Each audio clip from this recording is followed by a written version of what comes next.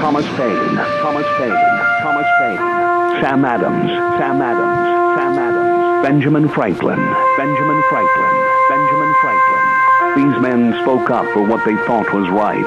From their courage came such documents as the Declaration of Independence and the Constitution of the United States. From their willingness to speak what was sometimes unpopular but right, we enjoy such liberties as freedom of speech, the right to keep and bear arms, and freedom of religion. There are those who still wish to oppress our freedoms, and there are still patriots willing to stand up and defend life, liberty, and the pursuit of happiness. Men like Zeb Bell, who honor our founding fathers and what they stood for. It's now time for Zeb at the ranch, speaking up and defending your freedoms. Brought to you by Magic Valley Les Schwab Tire Centers and all of the other great advertisers on the program. And now, Zeb Bell. The quote of the day. You haven't had enough coffee until you can thread a sewing machine while it's running. Good morning, everybody. Here comes Kate Smith and God Bless America, followed by a patriot with our Pledge of Allegiance.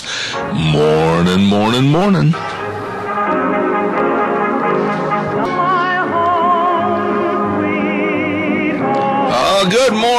Good morning. It's a little chilly outside right now. And good morning, everybody. I'm Zeb Bell. Zeb at the Ranch. And, of course, brought to you by our major sponsor, your Magic Valley Les Schwab Tire Centers, all 7 locations serving you. And, of course, some of our great advertisers, including Lee's Furniture, Floors, and More at 459 Overland and Burley, and our friends at Western Waste Services, always at your disposal. Get on the route service. Get rid of your garbage. 734-6969. And now, on this Columbus Day, good morning, Gina. Well, good morning, sunshine, and how are we? I'm still going to salute Columbus. I'm still going to say after what, 522 years that I still think he's the one that found America. I don't care about the naysayers. I don't care. I'm just going to say, attaboy, Chris, way to go. There you go. And why change history? You can't change history anyway. Yeah, and you know, when you get right down to brass knobs, let me ask you something. 22 years ago? Yes, 522 years. Do you or have somebody in your circle of friends that can dispute it? No. I don't either. I'm just going to fed up with the rewriting and the sanitization of history. To fit somebody else's storyline. What's that? To fit someone else's storyline. Well said. Or agenda. Exactly. Thank you. Yes, very much. Or agenda, yeah. All right, do we have a caller with a pledge? We have Mr. Al Butler on for the pledge and Michael Rogers on for the weather. Very good. Gina, good to have you back here this morning. Thank you. Good morning, Al. The pledge, please. Good morning. I wish people would learn to leave history alone. Let it be like it was. Yeah. Amen. Amen. Go ahead, buddy. I pledge allegiance to the flag of the United States of America and to the republic for which it stands, one nation, under God, indivisible, with liberty and justice for all. You know, Al, well, I probably shouldn't get into this right now because we got Michael Rogers' weather, but we'll talk about it in a little bit. Columbus Day and how some people say, oh, by finding America, he led to the demise of indigenous people, blah, blah. I'll get into that in a little bit. Yeah, right. I'd like to talk to you also about that so-called waste station going to be put in here by our neighbor. Yeah. Underhanded man, I'm telling you. I'm not in favor of the location. I'm not in favor of the traffic problems that it will incur. I'm looking at it from an outsider's point of view, and I'm certainly not looking at it if I were a property owner in the area as to what it would do for your property values. Oh, they're putting us through the ringer, and you wouldn't believe what they're coming up with, all this and that old stuff. They're going to raise our taxes. Okay, you already pay for the dumps as it is out to the landfill. We pay for our own garbage pickup. Now they want to tax us to put that thing over there. That's triple taxation on one doggone thing. Well, we'll call me after the program because we need to finish getting this put together. I appreciate it, Al. Thank you. Got much time. I know. Thank you. Okay. Time for the weather, and the weather is brought to you by Cheney Flooring and Home Design, 1228 Oakley Avenue in Burley. Look for their blue door. We had Whitney on the phone with us last week on Thursday, and they've got a lot of repurposed furniture, all redone, all ready for you. That's right. They got chest of drawers. They got everything over there. Chairs. You check it out. And don't forget, they've got the do-it-yourself workshops. I bit my tongue. That's why we had that slight pause. And then also, they're closed on Mondays and Sundays. But stop in tomorrow morning, Tuesday through Saturday. Cheney Flooring and Home Design, 1228 Oakley Avenue in Burley. Look for the blue door. And right now, here's Michael Rogers' weather. Hello, Brad. Thank you. New week of you, me, and weather. Good morning, everyone. Sunny today, 68 for the high. Clear tonight, 53 for the overnight low. Going to do a temperature back and forth thing for the entire week. What am I going with that? Well, 68 for the high today, 78 for the high tomorrow. Then you back down to the 60s day after tomorrow. And you got a slight chance of rain on Wednesday. Other than that, a good day to start out the beginning of the week. Enjoy the weather, Storm. What do you got? Attaboy, MichaelRogersWeather.com, the world's greatest weatherman, brought to you by Cheney Flooring and Home Design, 1228 Oakley Avenue in Burley. Oh, we have got a lot of things to take care of this morning. It's going to be a busy, busy day. We've got a lot of guests coming in, and I want to remind you, too, that the GOP state bus tour will be in the Minicash area on Thursday, October 23rd from 6 to 8 p.m. at the Burley Inn Convention Center. There's going to be a potato bar for everybody to have their dinner, meet, and then talk to the candidates. And the party's new state chairman, Steve Yates, he was on our program last week, will be there to meet everybody. And at 8 p.m., they'll hold a joint Republican Central Committee meeting for the Cassia and Minidoka counties. That's on the 23rd. Thanks, Elaine, for sending that over. Don't forget to our friends at Daryl's Cleaners. They can help restore a lot of items that maybe some people have said, oh, no, throw them away. Well, don't throw them away without talking to Kevin first.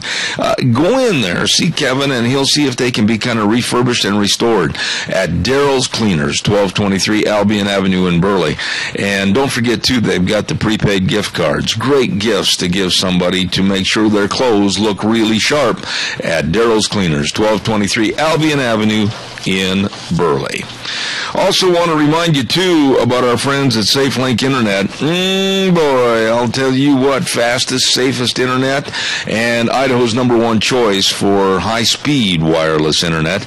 No contracts required, no credit checks, unlimited data. I'm telling you, you better call them today. The number to remember to get on the program, and we've been on their program for a long, long time. Absolutely great. 677-8000. 677-8000. SafeLink Internet Services. You get a hold of them today.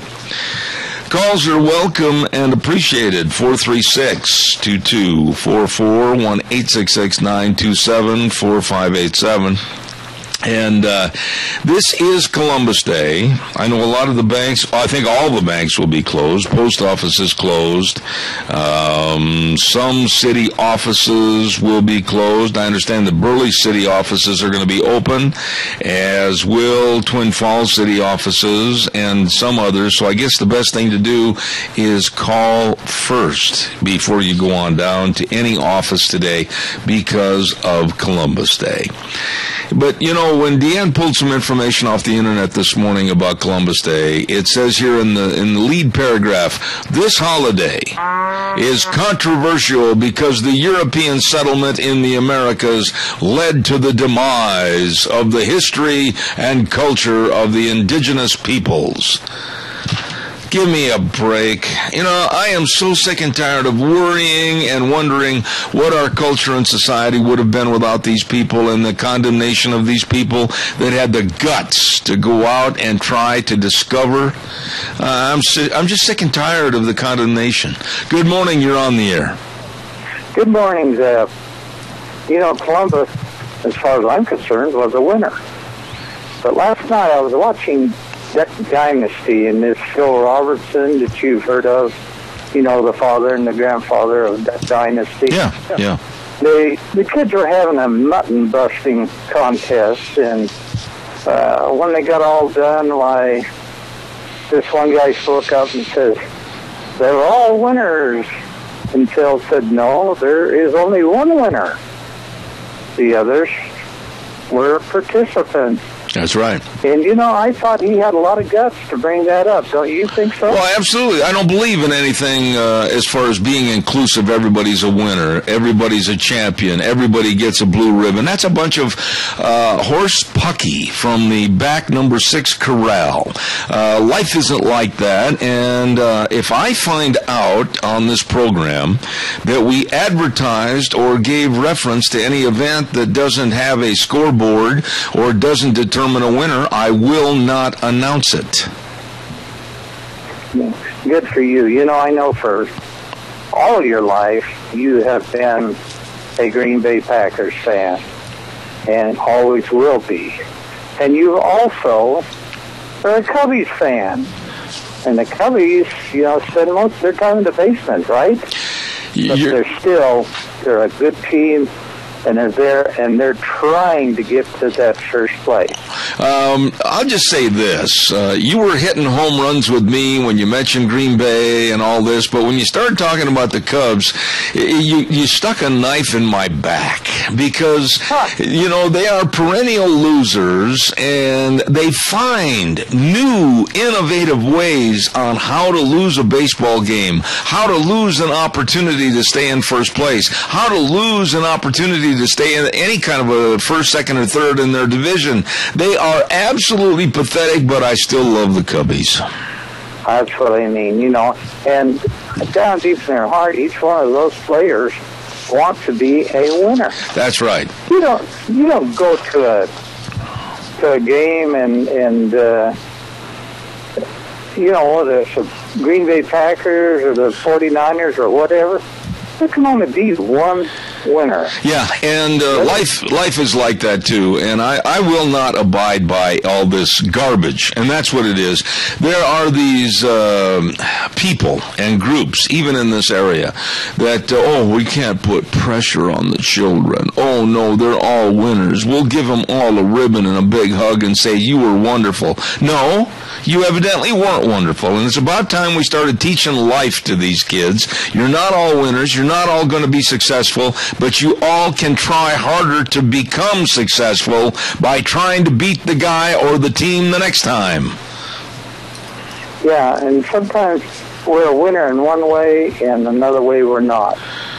That's right. For instance, I think it was in the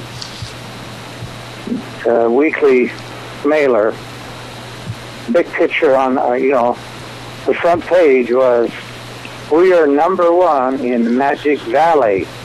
And this dealer said this, and he named each dealer, each new car dealer, and he said, they said we sold more cars than they did.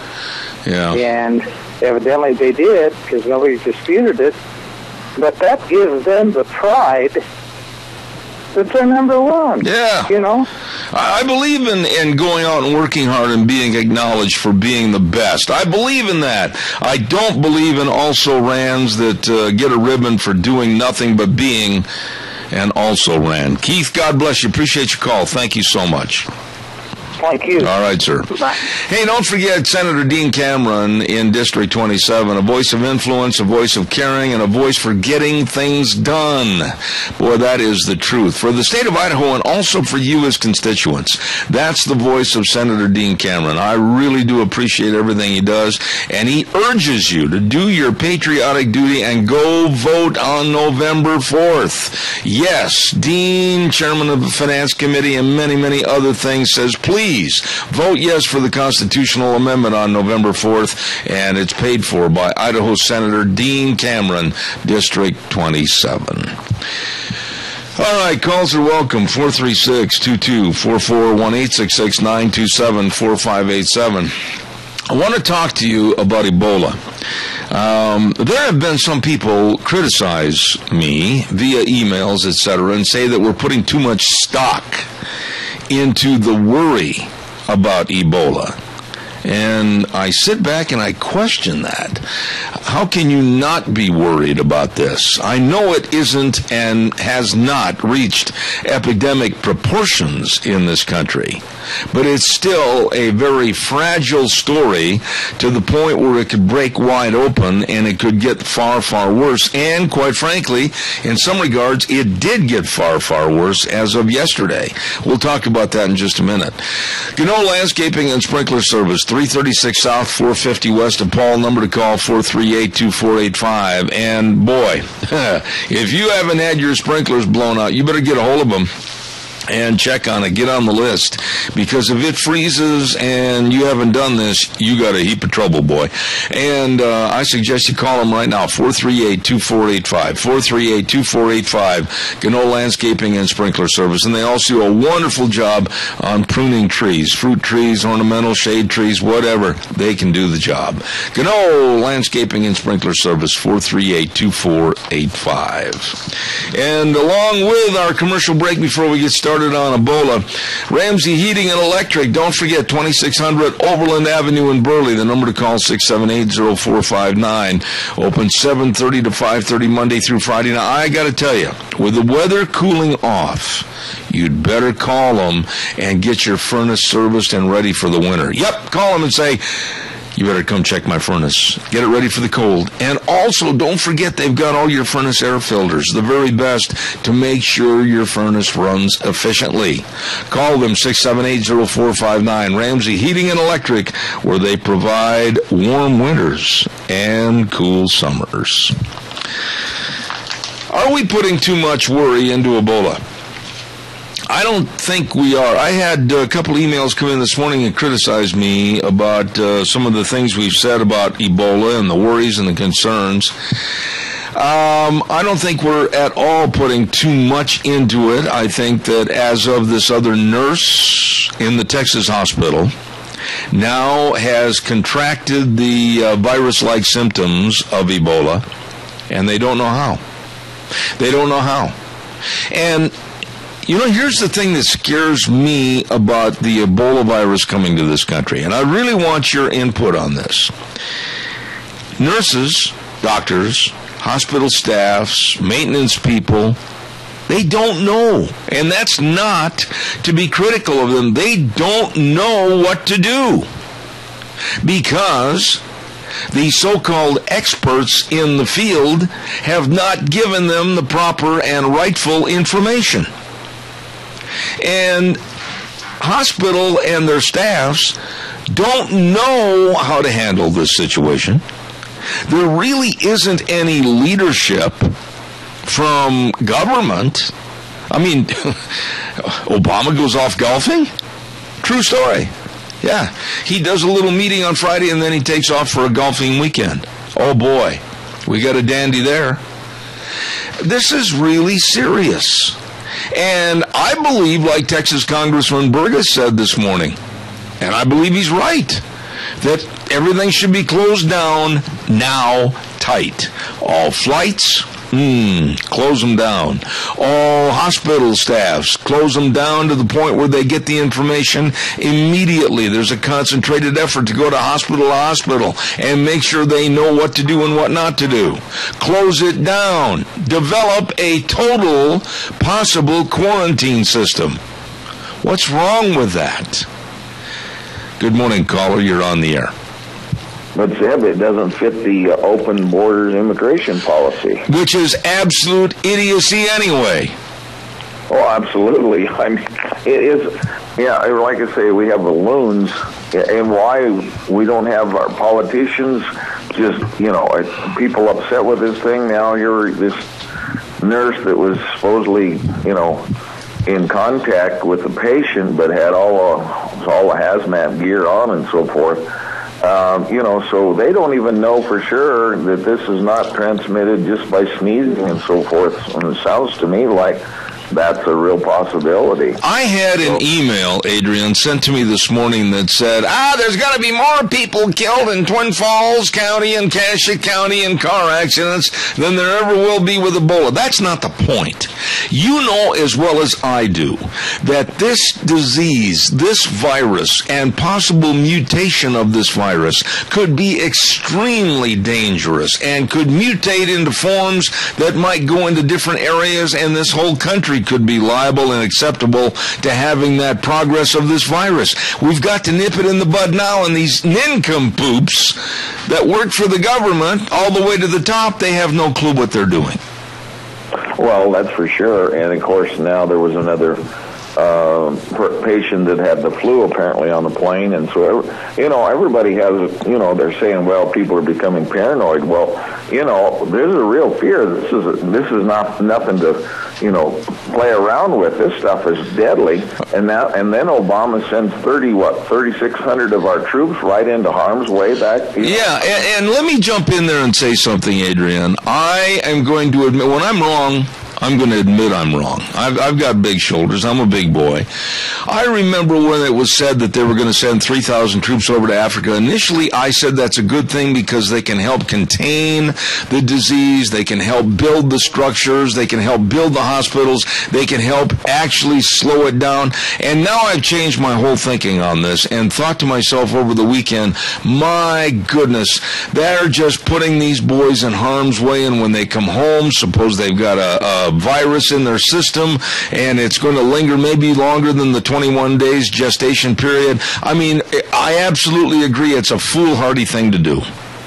Well, absolutely. I attended a conference the end of the week and just got home from that last night, and I can guarantee you, if you look at the revelations and so forth, and some of the things that are coming down the pike, and plagues of various sorts are brought out very strongly.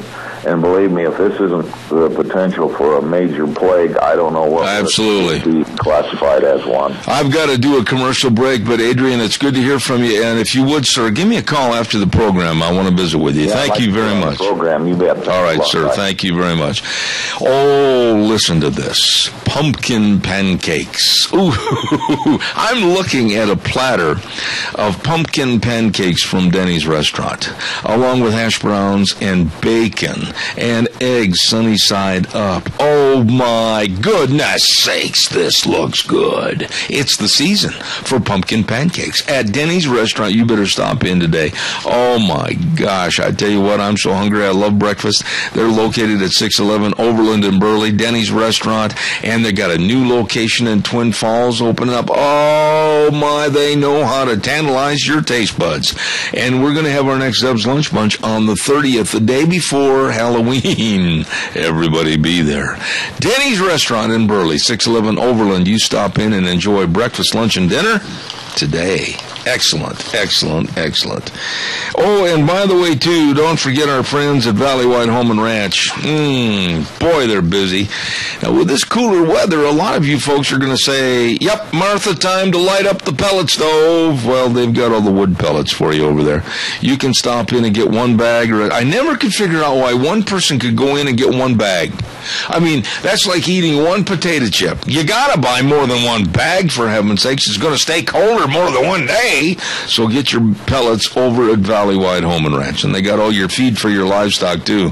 Whether it's your cows, horses, pigs, chickens, dogs, cats, birds, whatever, you stop into Valley White Home and Ranch. They got all your winter and cold weather needs at Valley White Home and Ranch, 910 South Oneida in Rupert. Really, why would you want to buy just one bag? Doesn't make any sense to me. We're going to have the Capital Press Ag Minute, and then we'll come back and talk more about this and some other things in the news. Here's the Capital Press.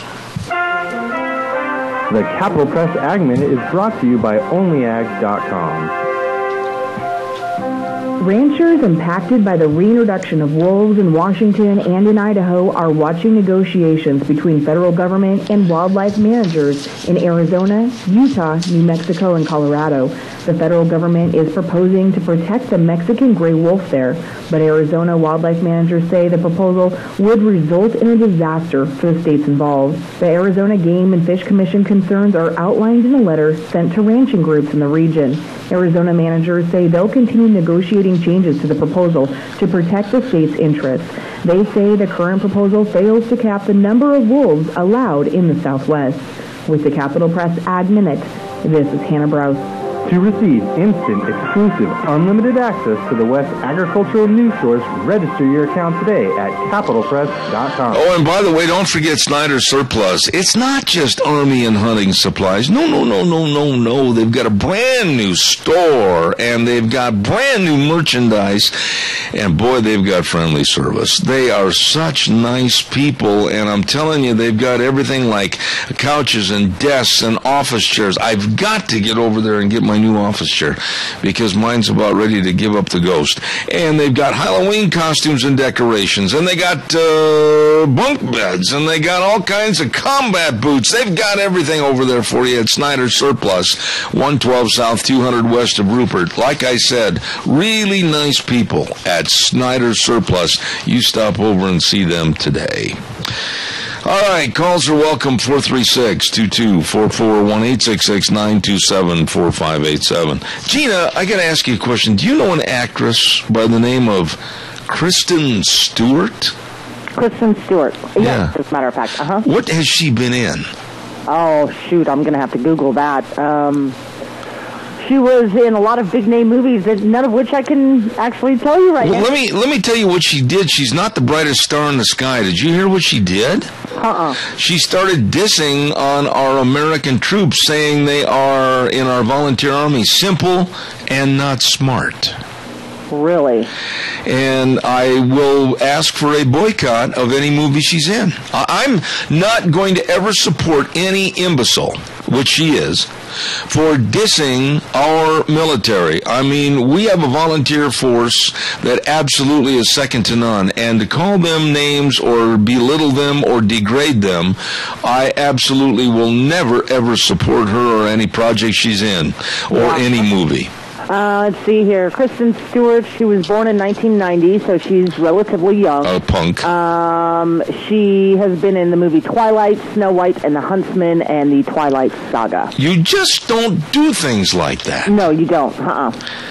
Anyway. At all. And specifically when the military is there to protect your bum, their little girl. Yeah, and you just touched on it. You know, right there, Gina got up and went to work this morning and was safe and secure due to the fact that we still live in the greatest country of the world, and our military is observing and taking care of us. And I was able to go around this weekend, thanks again to us being protected by our military here and abroad. And for some ditzy actress that doesn't know Kamir from Sikkim to denounce and degrade our military, I will never, ever advocate seeing a movie with her in it. Oh, no, and I can tell you what, the age of our military, the average age of our military member is about her age, and they just probably all just tuned her out. I hope so. I think that they should. Do I have a call? No. Oh, actually, yes, you do. I'm sorry. Oh, okay. Thank you, caller. Good morning. You're on the air. Two things quick, Zeb. You were talking about Obama golfing, and apparently he was in a motorcade headed to the golf course, and I don't know how many of these people would ride with him and to protect him, and the expense of that alone would have definitely paid for a flyover at the Boise State game in Colorado. But he turned around the motorcade, went back to the office, and he took a call that he was reluctant to have taken, whether or not it was about ISIS or Ebola, I can't remember. But he waited long enough for the useful idiot media to take pictures of him through the windows, showing that he was working. And he worked for 30 seconds, and then he went back to the golf course. And then he was just sickening. And then one other point, and then I'll hang up and you can comment. Gwyneth Paltrow, over the week, towards the end of the week, apparently there was a fundraiser at her house in Los Angeles, and she was introducing the president, and she says he was so unbelievably good-looking, she was speechless. Now she was gushing all over him. It was pathetic. You're right, Randy. We prop these people up by watching their movies, going down and paying to watch their stuff. And they're rich. They live down there in protective areas. And they are telling us, they don't even have a clue. And obviously, they must be mentally ill to a point to have said something of that like. Well, yeah, but you know what she said? What she said was so appalling, and let me just kind of get in here because I'm short on time. She said that basically we, the American people, should give him the power to do whatever he wants and not have to worry about Congress or anything. Just let him do things. He's so smart. He's so good-looking. He's so omnipotent. He's so great. Oh, it made me sick. It is sickening, and as a people, we continue to neglect, support in some ways, or whatever it is we're doing. These people need to be held accountable again, but you see, until enough of us wake up, it's never going to happen. I couldn't agree more, and I'll tell you something, with people like her, and then she makes stupid, frivolous statements about how hard it is for her to be a working mother on the set of making movies, and then also, by the way, getting paychecks that total into the millions and millions of dollars. This woman is insanely stupid, and I have no use for her. I'll add her to the list of Holly weird people. Thanks, Zeb. All right, buddy. Thank you very much. Bye. Caller, I'll be right with you. Don't go away, I promise.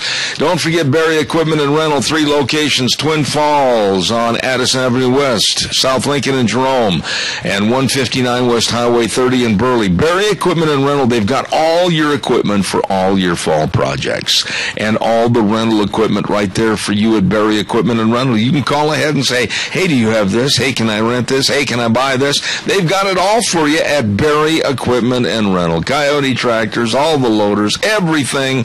Barry Equipment and Rental. Twin Falls, Jerome, and Highway 30 in Burley. Good morning, caller. You're on the air. Yeah, Zeb. You know, I think the biggest tragedy of this Ebola thing is a number of times our government and our bureaucracy has been caught telling us lies because they just keep coming back to get them. They've lied over and over and over on this deal. And it isn't very long you find out that they are lying. Yeah. I think that's probably the biggest tragedy of it all, is putting a lot of mistrust in our government and in our medical system and in our bureaucracy of what the government is doing. All right, Jerry, stop right there for a minute. Wouldn't it be smart, knowing that the virus has been brought here to the United States of America, for the president to get on television with a press conference and appoint an Ebola czar, somebody that is a doctor that's well known all across the world, and appoint him as the leading spokesman to follow up and appoint subcommittees and make sure that we're doing the safe and the smart thing at airports and we're doing the safe and smart thing at hospitals, etc. Why wasn't that done? You know, I have no idea. But, you know, I wouldn't trust anybody he appointed because every one of them seemed to be a liar. They're not honest with the people. They just are not being honest, and that bothers me a whole bunch. I can't argue that point. I'll get out of the way and let you go on, Zeb. All right, Jerry. My voice. All right, sir. Thank you. Take care of yourself. That's, you know, it just shocks me that they can lie that much to us. Well, get used to it. Get used to it, because it's going to get worse as various situations seem to deteriorate, like ISIS and what's happening in the Middle East and what's happening with our immigration, illegal alien system, and also what's happening with Ebola. But I really don't understand, and I've read just about, over the weekend, I read a whole bunch on Ebola. I read a whole bunch on stopping, curbing, and trying to isolate and concentrate the disease. And quite frankly, why hasn't this administration, and they're showing their ignorance on this, why hasn't the president called a news conference, should have been done a week, 10 days ago, at least. And they should have said, okay, now I am appointing so-and-so as the head of this, and we're going to have subcommittees. We're going to study whether we're doing the right thing at the airports by still letting people in. We're going to isolate this. We're going to also have a concentrated effort of creating a checklist A, B, C, D, E, F, G at all the hospitals for them to follow as far as precautions. None of that! None of that has been done by this president. Oh, no. We can't infringe on his golf game. Give me a call, 436-2244, 1-866-927-4587. Don't forget Sophie's Chatterbox, 530 East Street on the Square in Rupert. She bakes a lot of items that go all over the area, and they are good, like wedding cakes and cookie bars and homemade bread and delicious cinnamon rolls. Oh, my goodness, those cinnamon rolls. They are made with a touch of love from Sophie's Chatterbox, 530 East Street on the Square in Rupert. You stop over there for breakfast, lunch, or supper. It's Sophie's Chatterbox serving you. Really nice people. All right, give us a call, 436-2244, 1-866-927-4587. Good morning, you're on the air. Morning, Jeb. Yes, sir. About sending our troops over there to help combat the Ebola. What in the hell are they thinking? I mean, just because we signed the pledge and give our oath when we joined the service, we was told, you are now government property. I still don't think that gives them the right to send somebody over there has been trained for military service to protect us and all that stuff and service aircraft and that. We're not all trained to take care of the medical problems. That's right. And what in the hell are they trying to do? Well, these guys are going to, just like they did in Korea, they've done a lot of testing in Nevada. We sent planes over there. We had to bring them back over to our base, decontaminate them. We had to wear them little badges for radar or radium. I changed mine 3 times because I got exposed to it. That's the kind of crap that goes on. I think it's got to come to a screeching halt. Well, there is no verification or leadership in this problem. Al, you know, like you watch the news more and study it more than anybody I know. But the fact is, why hasn't this Obama administration, and Obama in particular, named and I hate the word czar, but quite frankly, let's just use that terminology. Why hasn't he developed a leader? You know who'd be great for this? Dr. Ben Carson. And let him run with it. Let him run with it and develop the subcommittees to fight this and contain it.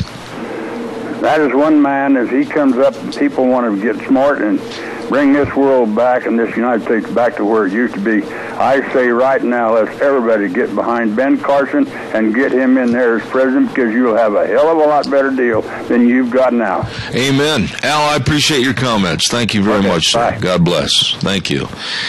Calls are welcome, 436-2244, 1-866-927-4587. How concerned are you about possibly the Ebola virus? How concerned are you if you went to Texas right now and just went into a restaurant and ordered breakfast? Or you went to Washington, D.C. and you were in the subway? Or you're anywhere in a public conveyance and touching things and being around things and being exposed to things? Yeah, you'd be worried about it. Let's call it the way it is.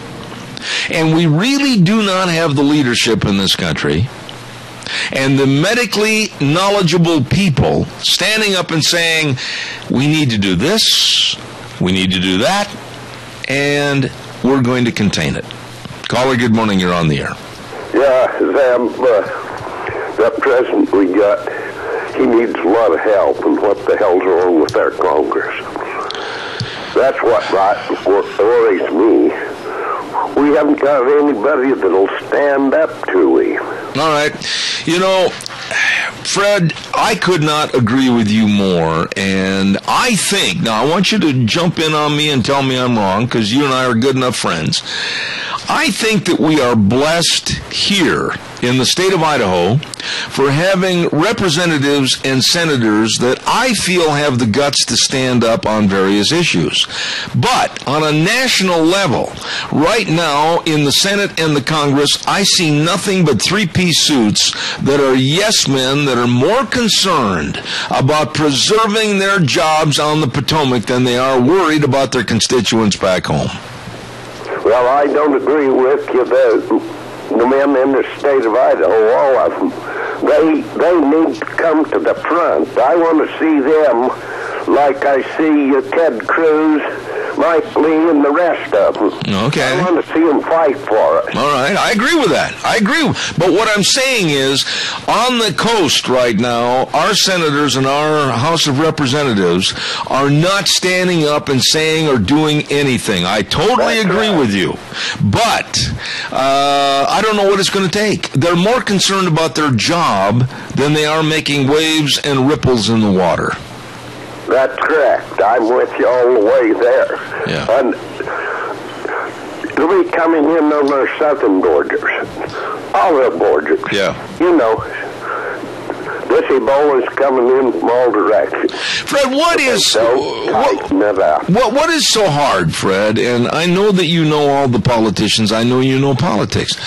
Tell me something, because I don't understand this. You're a wise, sage man. Why is it so hard to close the borders? If they wanted to close the borders, Fred, they could honestly close down the illegal alien entries by 4 o'clock this afternoon, could they not?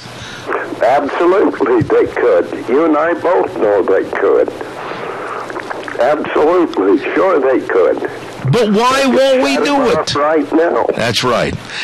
I just don't understand why they're not doing it. I can't understand it either. Our Senate and the House, couldn't they override him and close our borders? What they there for? Well, there's the $64,000 question. That's a tough one to answer right there. Fred, God bless you as always. Thank you very much for your call. Thank you. Buddy. All right, that's it. What are they there for? What are they there for? I don't want lip service. I don't want these guys to call up and say, well, I did this. Well, I introduced this bill here. Well, I don't care about the holy I. Like I've said for a long time on this program, and those that listen know this is the truth, I said the only way they're going to get anything done is to form coalitions of power and make demands. Not be nice about it. Not go to the president's office after work and have a beer out in the back lawn. No! Niceness is for a church meeting. This isn't a church meeting.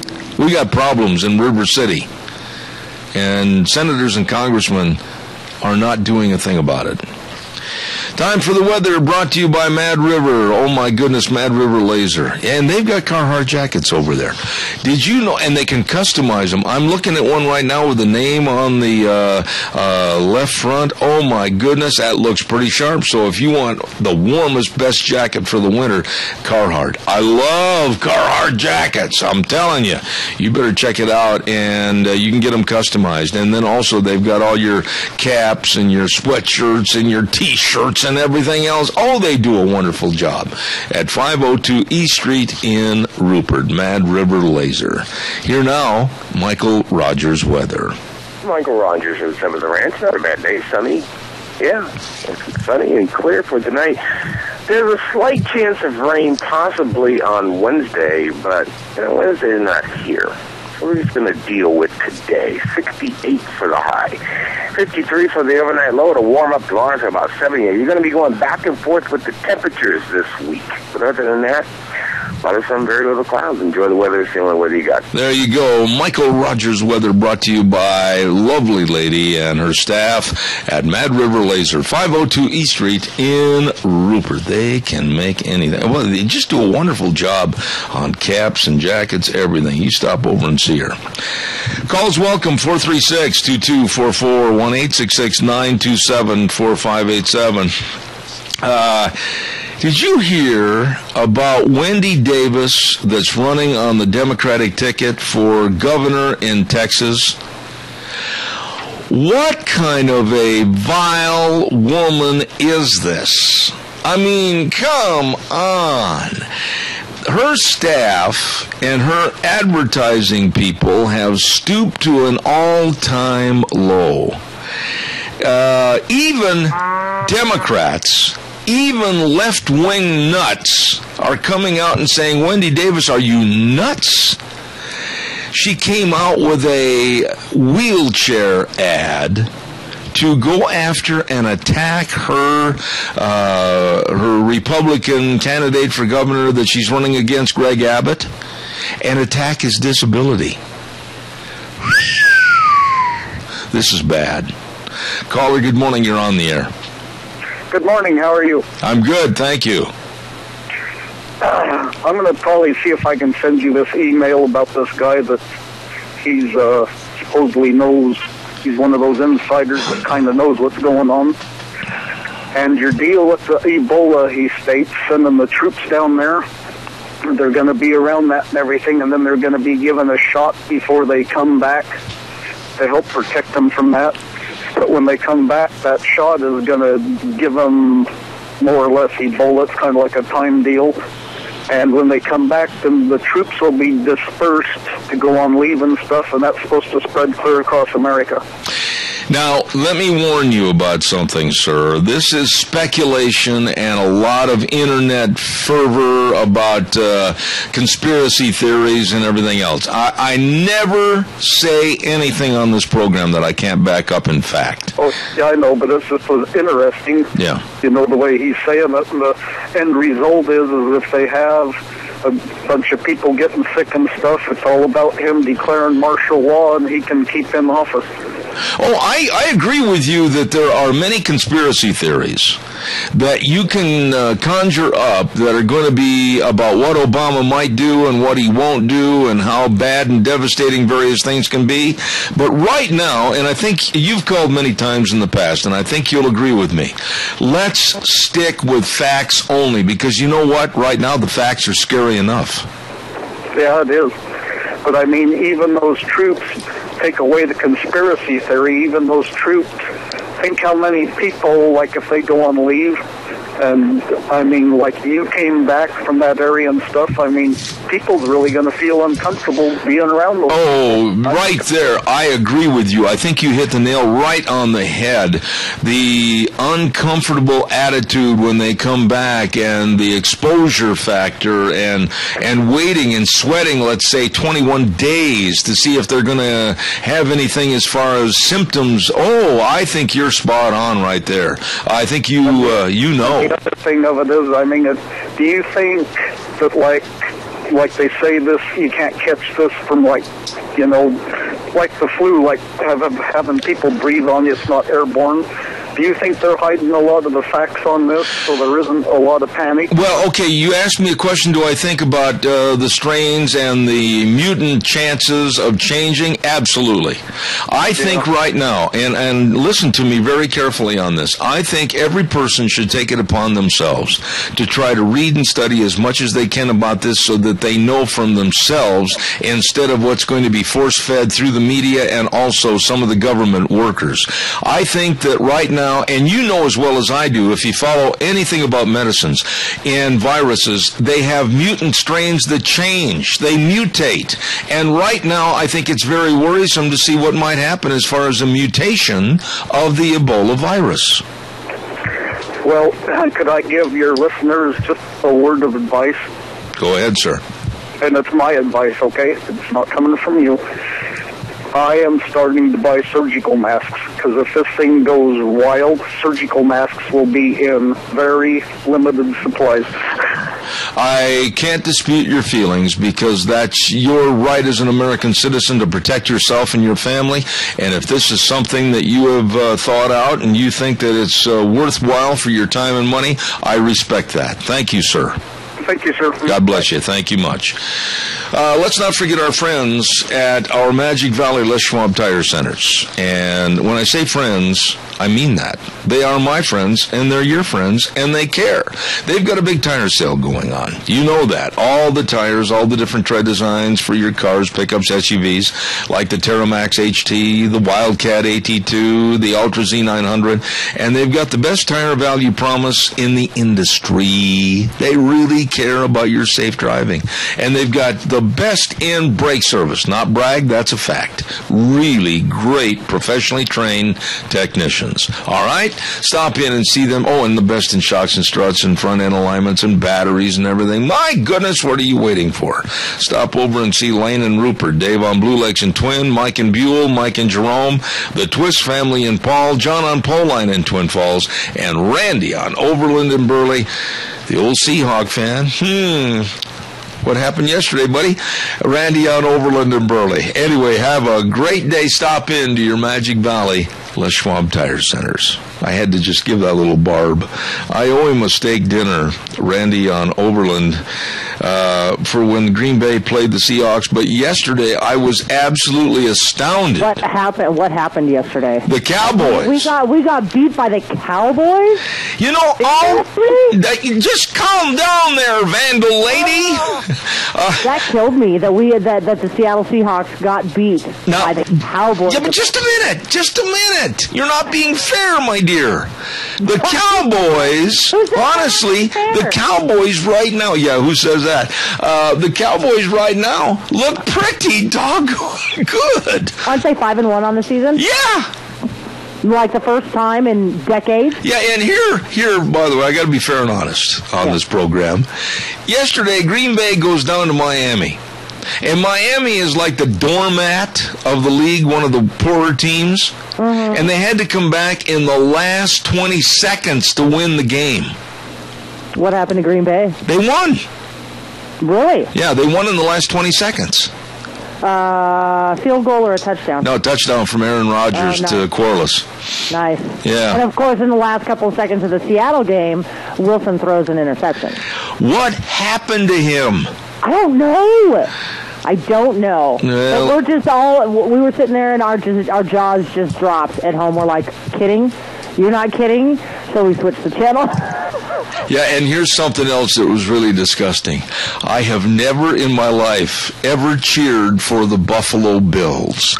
They have been one of the greatest losers in the history of the NFL. Agreed, so yesterday they play the Patriots, and I'm going, go Bills, go Bills, go Bills, go Bills. And Brady whooped them. And I don't like the Patriots at all. No, me neither. Okay. Bill Belichick, I think that he could get gone. This guy is such a slob. He is such a whiner. Yeah. You know? And he's married to, everybody says she's so pretty, but she doesn't appeal to me at all. No, what's her name? Griselda or something like that? I think so. Yeah.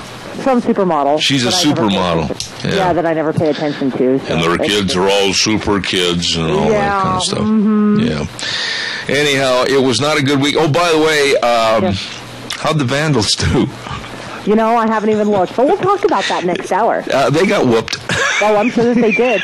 I am sure that who did we play? I'm such a Vandal fan. See, what was it? It was like Western Texas or something like that. I can't remember. Yeah, I'll have to look that up. So we can just kind of rub it in. Yeah, a little bit. Mm-hmm. How did Boise do? They didn't play. So Boise did really well. They had to bye. They had a bye. Yeah. But, boy, they got a rough schedule coming up. Next week they play Fresno State, and then they go to BYU. And that was too bad about Taysom Hill over at BYU, though. Doggone, he's a good quarterback. Broke his leg. Oh, gosh. Oh, ouch. Terrible. Season, yeah. Terrible. Anyway, I got to take a break. We'll be back in 6 minutes. Don't go away. Zeb at the Ranch.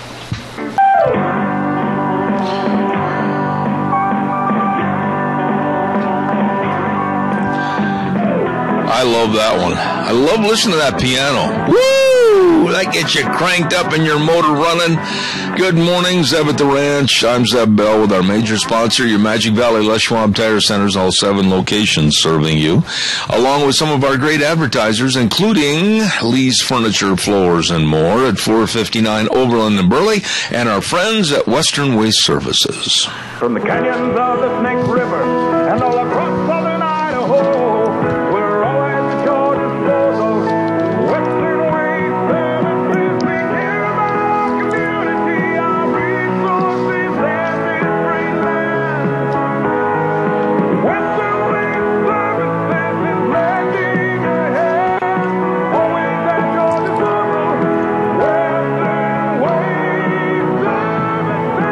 I started cleaning out the tack room the other day, and I didn't last long because I sat there and thought, what am I doing? This is a chore.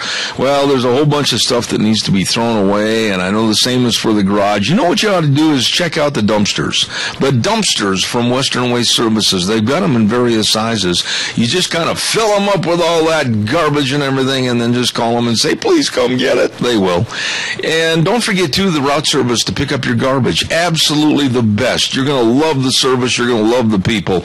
Always at your disposal. Western Waste Services, call them 734-6969. And as I tipped everything over, there we go. I also want to remind you, too, about some wonderful, wonderful people serving you at Hanson Mortuary, 710 6th Street in Rupert. Number to call, 436-5636. Now, why is that number important? I'll tell you. Because when there's the passing of a loved one, it seems like all of a sudden your world is just tipped upside down. And you want to work with people that can help you, and people that have the highest ethical standards with unquestioned integrity in serving you. And that's Hanson Mortuary with Joel Heward, the manager. That number again, 436-5636. Hanson Mortuary at 710 6th Street in Rupert. Well, it's Monday, and I absolutely look forward right now to having a very, very dear friend on the air. We have some wonderful discussions every Monday, and that's Frosty Woldridge in Golden, Colorado. Good morning, Frosty. How are you? Good morning, Zeb. I was looking forward to this morning, just as I do every Monday morning for our conversations. I almost feel like Andy of Mayberry. You're the Andy, Taylor, and I'm the town mayor here, and we're having a chance to talk about what's going on in our country. And I would really direct everyone this morning to www.newswithviews.com for my latest part 3 on America becoming a refugee camp for the third world. And it's caused quite a stir because this one's about diseases. And the research I did over the weekend, I took 2 days to research all of this.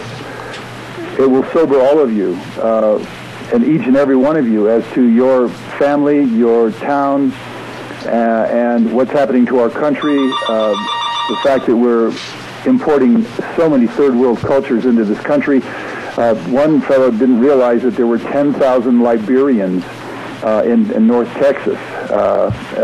They're creating cities within our country. They're creating little fiefdoms within our country. They're not assimilating into our country. They are simply becoming new, separate parts of our country, kind of like Detroit. Certainly the consequences of Chicago, as you can see. And amazingly enough, on another show that I had people calling in, they said they're literally all going on welfare. And the reason for that is how many people in Somalia or Ethiopia or the Congo have any kind of skills to function in a first world country like this other than driving a cab and or cleaning the bathrooms. And the fact is you only have so many people that need to be cleaning the bathrooms and or driving a cab, and the rest of it goes on welfare. But all the great tragedy is their cultures bring in how their cultures have these diseases and how these cultures promote diseases. So for those of you who want to have a very clear understanding, go to newswithviews.com this morning. You'll see my face on the top right corner. Click it, and you'll go to that part 3, America and Western countries becoming refugee camps for the third world. Frosty, let me ask you this, and I'm going to let you carry the ball on the entirety of this subject, and I'll chime in on occasion. I said earlier last hour that, and with your research, you can agree with me or disagree. I said last hour that I find it absolutely appalling that this president and this administration have done nothing to coordinate or organize, if you will, leadership from the top down to make sure that this disease, Ebola, or any disease, is handled correctly and quarantined correctly and confined correctly and hopefully eliminated correctly with leadership from the top down that disperses the information necessary to the doctors, the hospitals, hospital staffs, the hospitals, etc., and to the general public. And we're not seeing any of that. This is complete lunacy the way it's being handled. Am I wrong, or do you agree? Well, you are so correct. I want everyone to understand that, that Liberian that came to this country has now died, the one with Ebola. There's a new outbreak, I think, in Chicago, but I'm not certain at this point.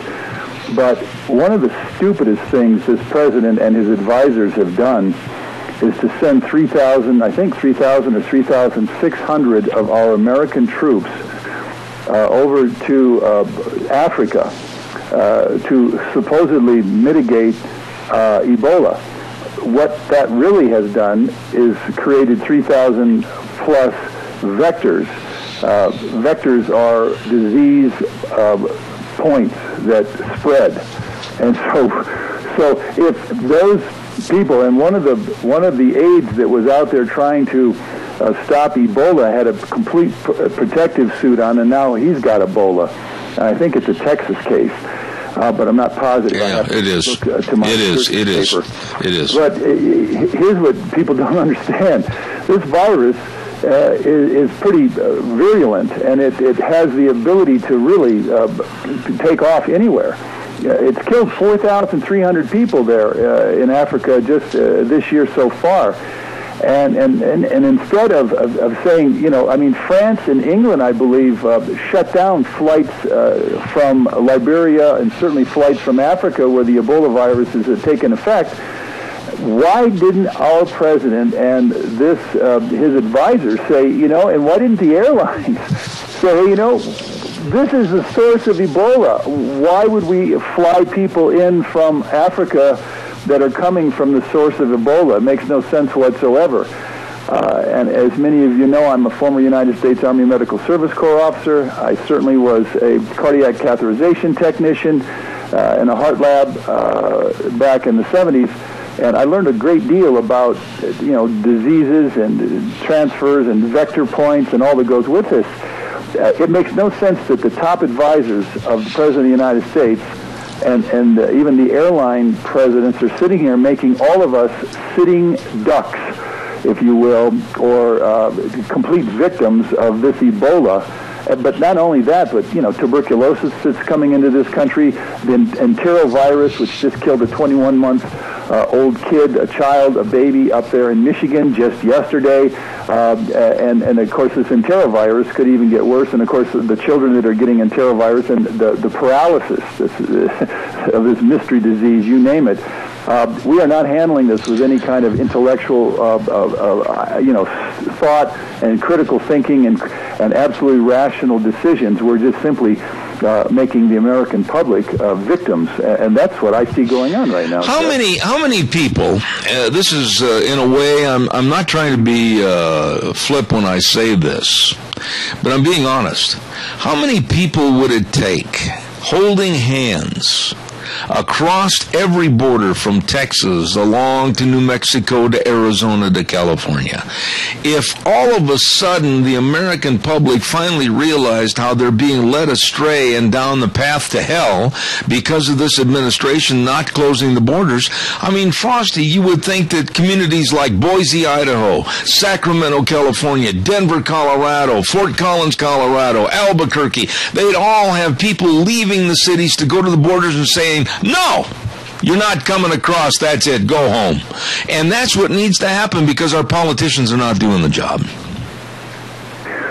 Well, that's exactly correct, but of course American citizens are going to huddle in their homes fearful of any kind of taking action, because that's the average American.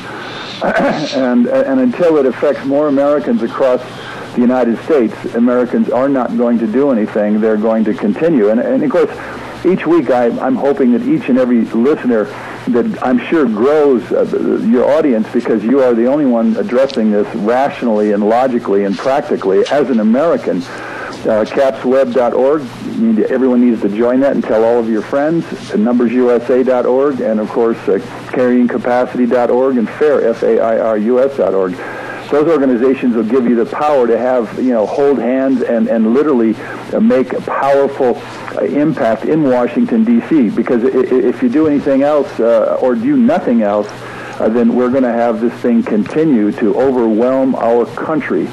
And so beyond that, Americans are just sitting there watching NFL football games and watching the Major League Baseball come into the final October, and virtually not taking any action whatsoever. And that's the way it's been, and that's the way it's going to be until we all get to be living in the consequences of our inactivity. And Frosty, every point that you have made, every point that you've made on illegal aliens and illegal immigration into this country has come true. I mean, whether it's about the diseases, whether it's about the havoc on the border with the drug cartels and the guns and the drugs themselves and everything else, it's all coming true. I just honestly, and I'm not trying to be naive, and I'm not trying to be basically overlooking kind of like in a cartoon, the balloon of verbiage, but I'm looking at this border situation, and I really honestly cannot understand why the American public isn't grabbing the short end of the necktie of all politicians, pulling it tight until their face looks like a red thermometer and saying, shut the borders now.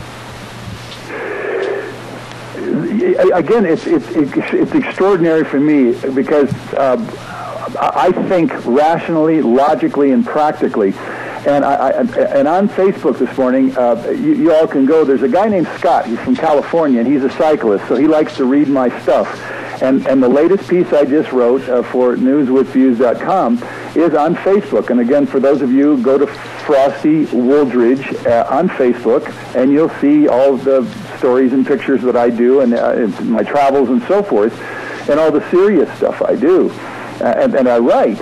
And he said, well, we've always been a nation of immigrants. That was when we had 75 million people in this country. That was 114 years ago. 75 million people, mostly driving horses, with no kind of impact. And virtually all of the people that were coming over here were checked at Ellis Island for diseases. All of them at Ellis Island. Well, that's not happening now. They're storming the borders illegally. They're rushing in here. They have cultures that literally live with their chickens. And most people don't realize this, that most of these people that are coming in here, so many of these people coming in here, have never used a toilet in their lives. Somali bush people, Ethiopians, Indians, people from India. There's millions and millions, tens of millions, if not hundreds of millions of Indians literally defecate on the land and urinate into the soil and or into the rivers or lakes and streams. And that's why they're so contaminated that 1,000 children die every day in India from diarrhea or dysentery or other waterborne diseases, because their culture and their numbers are so huge they can't stop themselves and they can't solve their problem.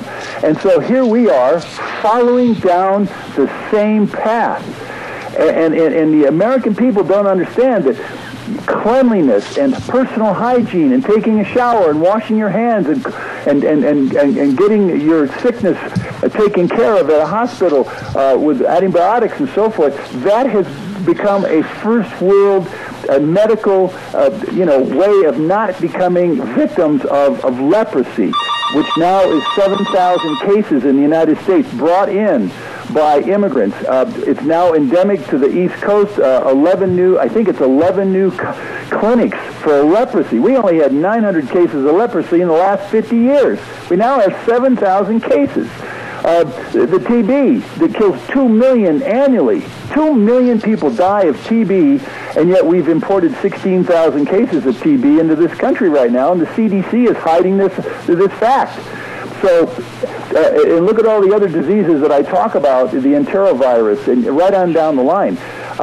Zeb, it makes no sense, but until the American people start reacting, and again, get to capsweb.org and Numbers USA and say, we don't want any more immigration. But this one guy, Scott, he wanted to argue with me. You can't argue the past and apply it to the present, because it doesn't work. We can't keep immigrating legally the kinds of numbers, 100,000 third world immigrants every 30 days, if we expect to survive the 21st century. We can't do it. And you and I both know that, and I hope everyone listening tells everybody you know. We have to get on Facebook. We have to get on StumbleUpon. We got to get on MySpace. Get on that social media and get the numbersusa.org immigration off the charts video to everybody if we're going to educate Americans. Otherwise, everybody's sitting on their butts watching TV and letting the world go by as we see the decline of our country. I don't know how much clearer I can get with this, Zeb. Well, you can't. But then on the other hand, the incompetency of our government and the Mexican government, I have to get your remarks on this next story. The country of Mexico is paying for illegals not to be deported from the United States. The country of Mexico is paying us, the United States, not to deport these people back to Mexico. What do you think about this garbage? Again, it's the same aspect of our Congress and both Republicans and Democrats and even independents not adjudicating immigration law here in the United States. And it's both parties. And it's because the Republicans can't wait to get all this cheap labor to help out, Marriott hotels and all the other people that are making tons of money off of this, and all the farmers out there that are lying and cheating on their forged Social Security numbers for all their illegal alien labor. And I mean, it's everywhere. It's everywhere. And of course, the Democrats doing the same thing against the American people, against the American worker. What do you do? It's so beyond me. I can't even imagine how I, as a senator or a House rep, would be a part of screwing the average American citizen who voted me into office. But that's what Udall does here in Denver, in Colorado. That's what Michael Bennet does. That's what Mike Kaufman does. They all do it because none of these House reps and none of these senators have brought up the fact that we have 20 million illegal aliens in this country, and they're doing nothing to stop them from working and stop them from continuing to live in this country. Frosty, one last subject this morning, please. Allow me to lead you into this because I know you want to make a comment. I was watching last week about Denver and about the city park and about the marijuana, and everybody's going there to lay on the grass and smoke the grass, and people are coming in from California, Oregon, Washington just to stay there and not work, not be contributing to the society or the economy, but just smoke marijuana and get high. And with the vote coming up on November 4th, we're going to have a bunch of nincompoops going to the polls and voting out of stupidity. And everybody, I'm urging people to go vote and nullify the idiot's vote. What are your thoughts about all the goofballs that are coming into Colorado just to smoke and smoke their lives away? Well, the one thing about alternative states of mind, human beings have been getting drunk forever, since the first goat herder let the grape juice ferment in his little bag, and all of a sudden he got himself pretty drunk. That's how wine started, and that's how fermentation of wine started. We've got 400,000 Americans die every year from smoking cigarettes. And the reason they smoke cigarettes is because they become addicted to the nicotine, and they die of lung cancer, and that has just become a norm in our country. And so that's the norm. And cigarettes kill 400,000. That's 10 million, and it's 4 million in 10 years. And then think about what it's been over the decades. So drinking kills around, I think about 10,000 people every year get killed on the highways in America. 17,000 get killed from drunk drivers. I'm not sure of those numbers. I'd have to look them up again. So you've got all these people drinking and killing each other, and in fact, men that are drinking and beat their wives. I mean, 3 women get killed every day in this country from wife abuse. And usually alcohol is part of it. And so here we have 400,000 die of lung cancer from smoking, self-inflicted. You've got 10,000 deaths on the highways because of all these morons drinking and driving. And I pick up trash along the highways, and all I pick up is bottles of Coors and Blatz and God knows whatever kind of drinks.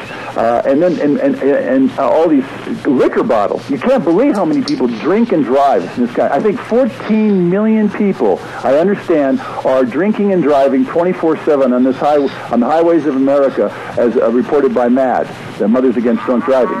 And so, as far as smoking marijuana, it's just another alternative mental universe, and people get stoned for their reasons, and it's their reasons. I don't get stoned. I don't care to get stoned. I don't get drunk. I don't smoke cigarettes because I like to have a clear mind and a healthy body. But that's just me. So to try to describe what's going on in Colorado or any place else, everybody is getting stoned across the country because they get stoned just like they drink and just like they smoke. So it's just the human condition, Zeb. It's going nuts is what it is. I don't. I'll just say this, and we got to wrap it up. I'm out of time. The society in general, the society in general is absolutely at the tipping point. I honestly believe that. Hey, Frost, I got to run. We got a call, but I don't have time. I've got to get some commercials in. Caller, I apologize. We'll look forward to next Monday. Frosty, Woldridge, Golden, Colorado. Dear friend, thank you so much. We'll see you then. God bless them. Thank you, buddy. Appreciate it. I'm sorry, caller. I just flat ran out of time. I'm sorry. I've got another segment starting in about a minute and a half. Don't forget Burley Physical Therapy and Rehabilitation at 1263 Bennett Avenue, Suite 2 in Burley. Now, I've been going over there to Burley Physical Therapy for the hydrotherapy in their pool. And by the way, they are the only physical therapy to have a pool all over this area. And they have the people that know. All the services are available. A great mix of exercises to help you get back to being you. Nick Greenwell, physical therapist, and all of his staff, they are absolutely excellent. I highly recommend that you give them a call today at 678-1191. Or, like I said, stop in at 1263 Bennett Avenue, Suite 2 in Burley. Burley Physical Therapy and Rehabilitation. They are the best. I want to also remind you, too, ladies and gentlemen, that our friend Fred Wood, Representative Fred Wood for District 27, urges you to go vote on November 4th. There's a lot of very important things and people on the ballot for November 4th, including the constitutional amendment, which we're going to be talking about a lot more in the next couple of days on this program. And I urge you to listen to a man that has been the chairman of the Health and Welfare Committee and also a past member of the Fish and Game Commission, a man that has worked for his constituents in protecting Idaho's water and creating a positive economic environment, and that's Representative Fred Wood, District 27, urging you to go vote on November 4th. We are in that area, and we want everybody to go vote. Please, please don't forget. Hey, by the way, did you hear that? Did you hear that? Well, if you didn't hear that, then I suggest you check out our friends at Mount Harrison Audiology and Hearing Aids. Christine Pickup, Doctor of Audiology. What a nice lady. What a knowledgeable lady. At 1218 9th Street, Unit 2, right behind the Minidoka Hospital, across from the emergency room. And the number to call, 312-0957. Did you hear that? And by the way, with the hunting season in full bore right now, I know the shotgun's going off at the lake yesterday. Kaboom, kaboom, kaboom. She's got the hunting plugs that let you hear all the noises you need to hear, but protects your ears from the blast of the shotgun, okay? Check it out at Mount Harrison Audiology. Number again, 312-0957. Mount Harrison Audiology and Hearing Aids. You call them today. Did you hear that? Okay. Also, thank you very much to our dear friends Cameron and Siemens Insurance, the professionals that care about your protection. Whether it's your life insurance, health insurance, retirement planning, employee benefits, locally owned by Dean Cameron and Todd Siemens, Cameron and Siemens Insurance, Highway 24 in Rupert. Number to call for an appointment to make sure you can sit down and discuss your coverage, 436-4424, 436-4424. Cameron and Siemens Insurance. All righty, we're going to go to the telephone lines right now, and we're going to welcome a lovely lady to our program. I always look forward to having her on the air, and that's, of course, Carrie Kupek with the Alliance Defending Freedom. Good morning, Carrie. How are you? Good morning, Zeb. How are you this morning? Oh, I tell you what, the weather is beautiful. A little bit chillier, but it's great fall weather. I want to have you on the program this morning to discuss a situation that I think is, it has the capability of encompassing a lot more businesses across the United States. There is a Lexington, Kentucky printer that declined to print shirts requested by the Gay and Lesbian Services Organization for a Pride Festival because they did not want to promote the message of the event. And now they're being hauled into court. Bring us up to speed as to what's happening here, would you please? Sure. And like you said, no American should be forced to promote a message that is at odds with their deepest beliefs. That's exactly what's going on here. And like you said, that's exactly what will be probably happening a lot more as the months progress, unfortunately. And the facts here are pretty straightforward. A man named Blaine Adamson owns a small business called Hands On Original. It's a printing shop in Lexington, Kentucky. Gay and Lesbian Services Organization came in and put in a request for him to make T-shirts promoting their Pride Festival. Blaine declined because promoting that event would violate his faith and convictions. He's a Christian, and promoting that kind of message is just completely at odds with, the biblical teachings on this issue. So he referred them to another printer that would do the same job for the same price. The Gay and Lesbian Organization said no thanks, and they ended up filing a complaint with the Lexington County Human Rights Commission.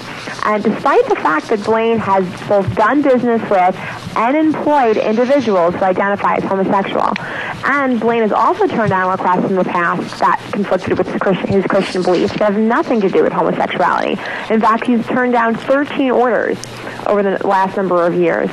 And his business has a stated policy that's published on their website that says, due to the promotional nature of our products, it is the prerogative of Hands On Originals to refuse any order that would endorse positions that conflict with the conviction of the ownership.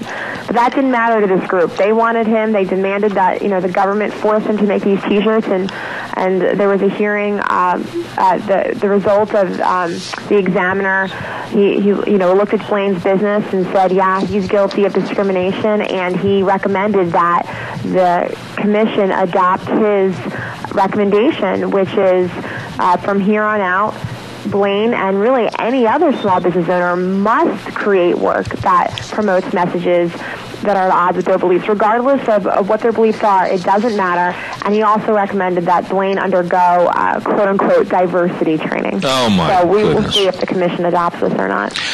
Okay, Carrie, I don't even know where to start. I'm just an old cowboy that I believe that a business should have the right of refusal and also the right to do business with whom they want to do business with. And if the government is going to come in with Gestapo tactics and tell us that we need to endorse or promote something that we don't believe in through our business, then it's time to close the doors. And I personally, I don't know what else to do. If they come and tell me that I have to advertise for a certain event of that nature on my radio program, I'll close the doors. Right. And I mean, should an Orthodox Jewish catering company be forced to serve non-kosher food? Or say, should an event company that supports same-sex marriage be forced to put on a rally whose theme is marriage is a one-man, one-woman union? I mean, these decisions against freedom of belief, freedom of conscience, really results in freedom for no one. It's so unconstitutional in the sense that, the reason this country started was for freedom, for people to be able to live and work according to their beliefs, to not have to make the choice between making a living or living out their faith. And yet these decisions just keep flying in the face of that. And what's actually very interesting with this particular case is that a representative of this gay and lesbian organization, after they had the hearing, he actually agreed with our attorneys and said that, such a ruling is going to force, say, a homosexual printer to say, create materials or T-shirts that say, support things for Westboro Baptist Church, the ones that are very, very, strong in what they say against homosexuality. And so everyone realizes here that decisions like this really destroy freedom for everyone involved. Yeah, but no, wait a minute. You bring up an excellent point, Carrie. What about, and there are businesses in this country and other countries that are run by homosexuals, lesbians, gays, etc., transgenders. What about what's good for the goose is good for the gander? What about people making sure that they go after those businesses controlled by those people and forcing them to be acceptable of our Christian conservative principles? Right, and that's what the attorney for the gay and lesbian group said. I think he actually said,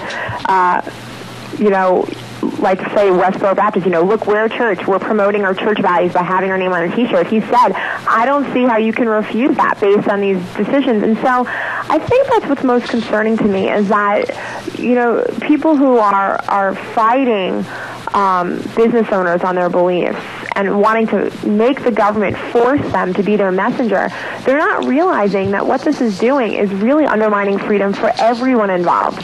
This is not expanding freedom. This is severely restricting freedom because 10, 20 years from now, who knows what the hot topic is going to be. But at that point, once the door is open for the federal government or state government or local government to come in and force an individual to promote a message that are at odds with its beliefs, that could be any message. It's very troubling. Yeah, but really it goes far beyond the gay and lesbian and transgender issue and how they're trying to force their concepts onto all of America, especially moral America like myself and yourself. It goes into a government Gestapo. It goes into government telling us what we can do, what we can say, where we can go, what we can read, what we can have as far as friends are concerned. It's much deeper than just the gay and lesbian issue.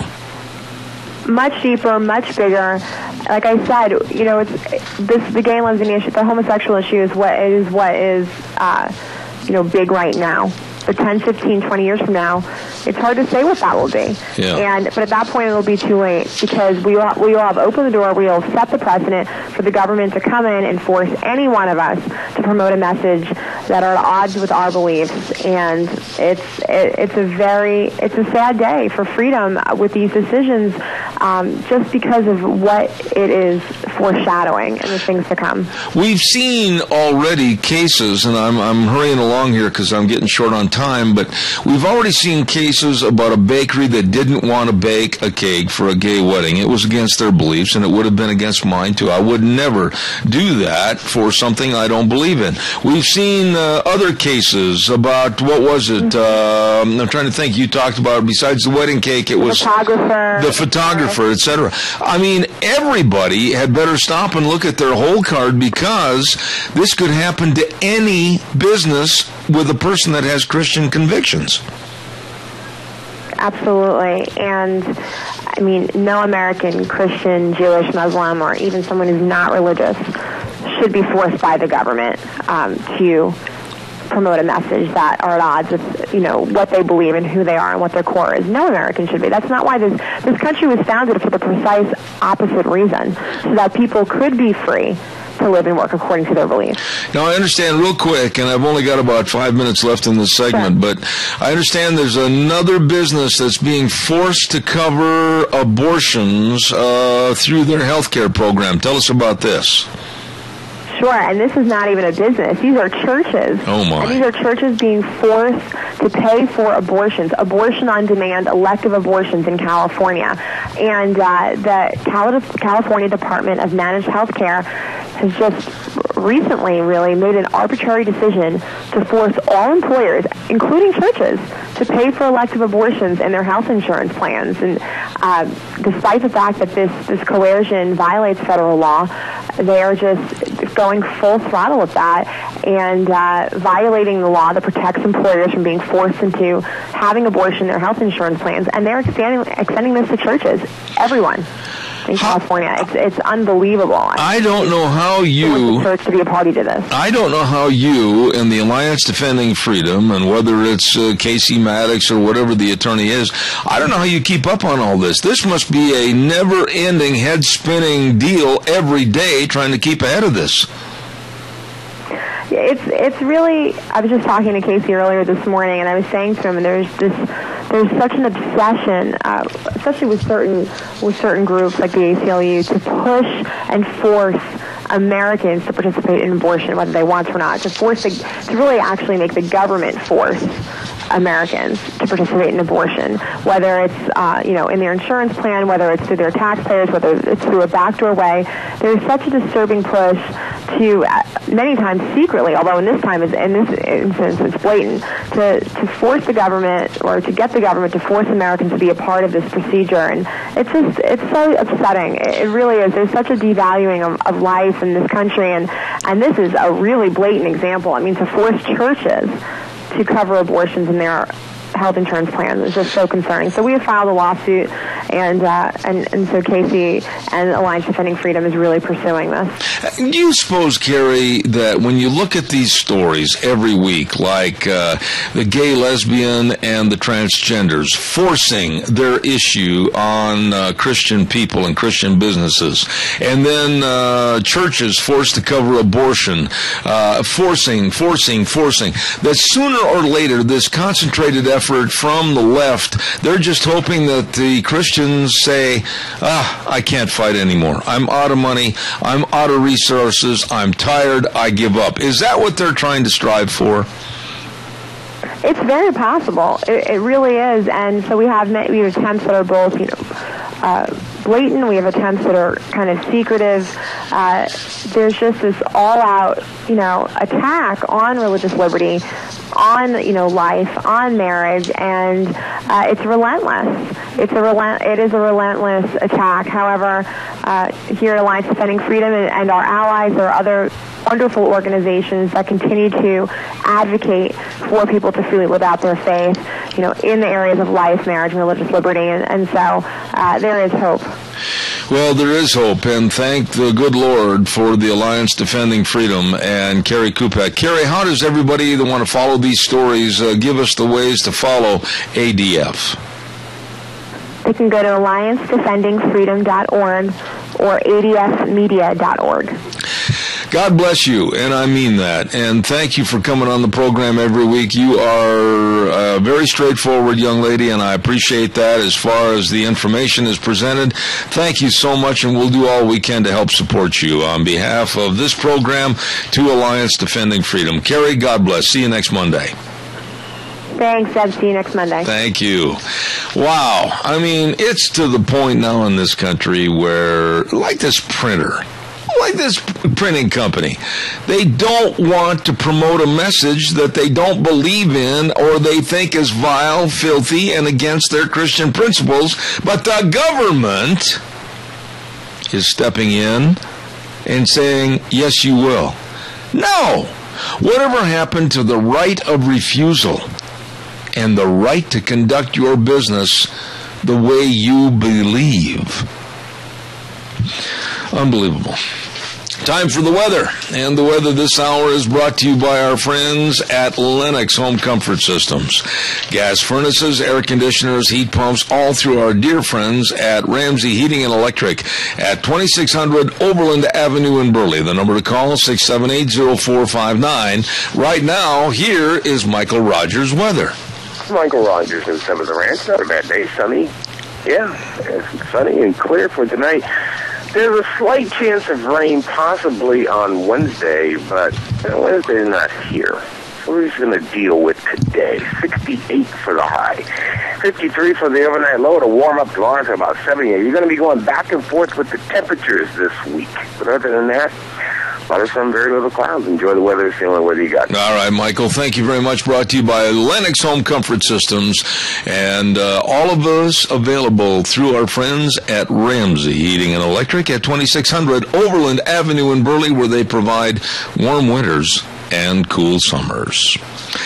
Oh, my. Fall savings. No money down, no interest for 15 months on approved credit. Oh, we're talking about Lee's Furniture, Floors, and more. Oh, they've got everything. 7-piece dinette set, just $7.99. Oh, my goodness. They've got beautiful dinette sets at prices that are unheard of. Very, very low. And you can get a king mattress for the price of a queen. Check out all the window coverings, 30 to 40% off. They've got everything for you at Lee's Furniture, Floors, and more. 459 Overland in Burley. And by the way, they say thanks for voting them #1 furniture store in the Mini-Cache area. So there you go. Lee's Furniture, Floors, and more. I've said many, many times on this program how blessed I am to have Gina on the program as our board op, and she always keeps everything running smoothly over at the main studios, including our interview with the lovely Mary Scott from the Golden Heritage Senior Center on Overland and Burley. Good morning, Mary. How are you? I am great, and how are you, Zeb? I'm good. Hey, first of all, tell us what's good to eat over at the Golden Heritage for the week. Well, it looks like, let's look here, it looks like meatloaf, potatoes, and gravy on Monday. Mm-hmm. How about some cold, hot chili for Tuesday? Barbecue pork sandwiches. Oh, I'm on the wrong week. Oh, my goodness, Mary. We're in trouble now. I know it. Let's go back to the 13th instead of the 20th. How do you think? That sounds good. Go ahead and take it away. Okay. Tacos, country fried chicken, country fried steak on Tuesday, beef stroganoff on Wednesday, a delicious smorgasbord on Thursday, and spaghetti on Friday. There you go. All of this going on. Saturday, we have our breakfast from 8 to 10, and it's biscuits and gravy and all the goodies to go with it. Now, again, these special breakfasts that you have, how often do you have those, like once a month? We have them once a month, and it is the third Saturday of the month. Okay. And it costs $5 for that breakfast. And it is a good breakfast over at the Golden Heritage Senior Center. Now, Mary, we've got to tell everybody that coming up on November 20th, next month, November, the first annual Pilgrim's Pride Thanksgiving dinner on the 20th. I'll let you tell them what is on the menu for that delicious supper and dinner. Well, you know, I have heard told that it's going to be turkey, dressing, mashed potatoes, pumpkin pie, corn, and some other little things. I'm not sure what else it is. There'll be entertainment. There will all kinds of things, like there will be door prizes, music. Just a wonderful time. Yep, and there's going to be a beanbag game. Put the beanbags in the turkey and win a prize. Everybody's invited, and it's going to start at 5 o'clock in the evening on the 20th and go till whenever the turkey's gone. Yes, and we're also going to have some young men. Can you help me with their names, Zeb? I can't remember. The Youth for Liberty is going to do a special patriotic flag presentation at 5:30, about a half hour after we start. Yep. That's just a fantastic thing that we can even have them coming down to do that for us. So you've got a lot of big things coming up at the Golden Heritage Senior Center. But now, Mary, let's tell everybody November 20th, big fundraiser for the Senior Center. And it's going to be at 5 o'clock until whenever the Thanksgiving goodies all run out. And how much is it going to cost? It's going to cost you $5 for that meal. Oh, my. And then, of course, you can always have your picture taken behind some cutouts, and you can either be a pilgrim, an Indian, or a turkey.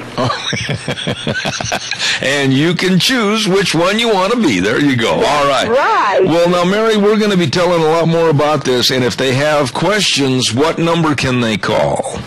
They can call the Senior Center at 878-8646. Okay. Mary Scott, thank you so much for being on the program this morning. I appreciate Thank you for inviting us, and we look forward to everyone getting their tickets All right. at $5 each for the 20th of November then. All right, Mary. God bless. Have a great day, and I'll talk to you on Friday. Thank you. Have a great day. Bye-bye. All right, bye-bye. Very nice lady. A lot of big things happening at the Golden Heritage Senior Center, and I urge everybody to come out and support the seniors at the Golden Heritage. Thank you much. Gina, are you there? You're doing a great job this morning. What's going on over at the station? Oh, not much. Just plugging away and trying to keep Conway Kitty from getting himself in trouble. Did you hear what happened yesterday at the Arizona Cardinal-Washington Redskins game? This is really interesting. I thought you'd find this kind of halfway humorous. Daniel Snyder is sitting up in the visitors' box, okay, enjoying the football game. Guess who is sitting next to him enjoying the football game wearing a Redskins cap? The owner? No. The head of the Sioux Nation. I love it. Yes. You know, we've talked about this on the program before, and I know your feelings, but you know, the name Redskin to almost over 80% of the American public is absolutely acceptable, and most all the Indian tribes have been very supportive. Well, now here's the leader of the Sioux Nation sitting up in the skybox, watching the game, elbow to elbow with Daniel Snyder wearing a Redskins cap. Now, really, who is offended? Obviously, that Indian tribe is not. Absolutely not. But you know... Was he invited? Oh, yeah. Yeah.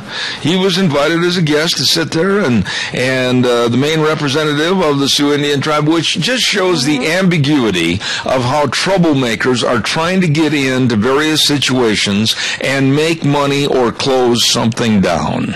And they're just trying to close it down just because I can't exactly use the words that I want to use, but they're being a bunch of whiners. Oh, I wish I could have heard that word you wanted to use. So a lot of people do it, but I can't say it. I don't want us to get in trouble. Hey, by the way, Thursday night last week, Deanna and I went to the Trevor Loudon speech. Oh, how was that?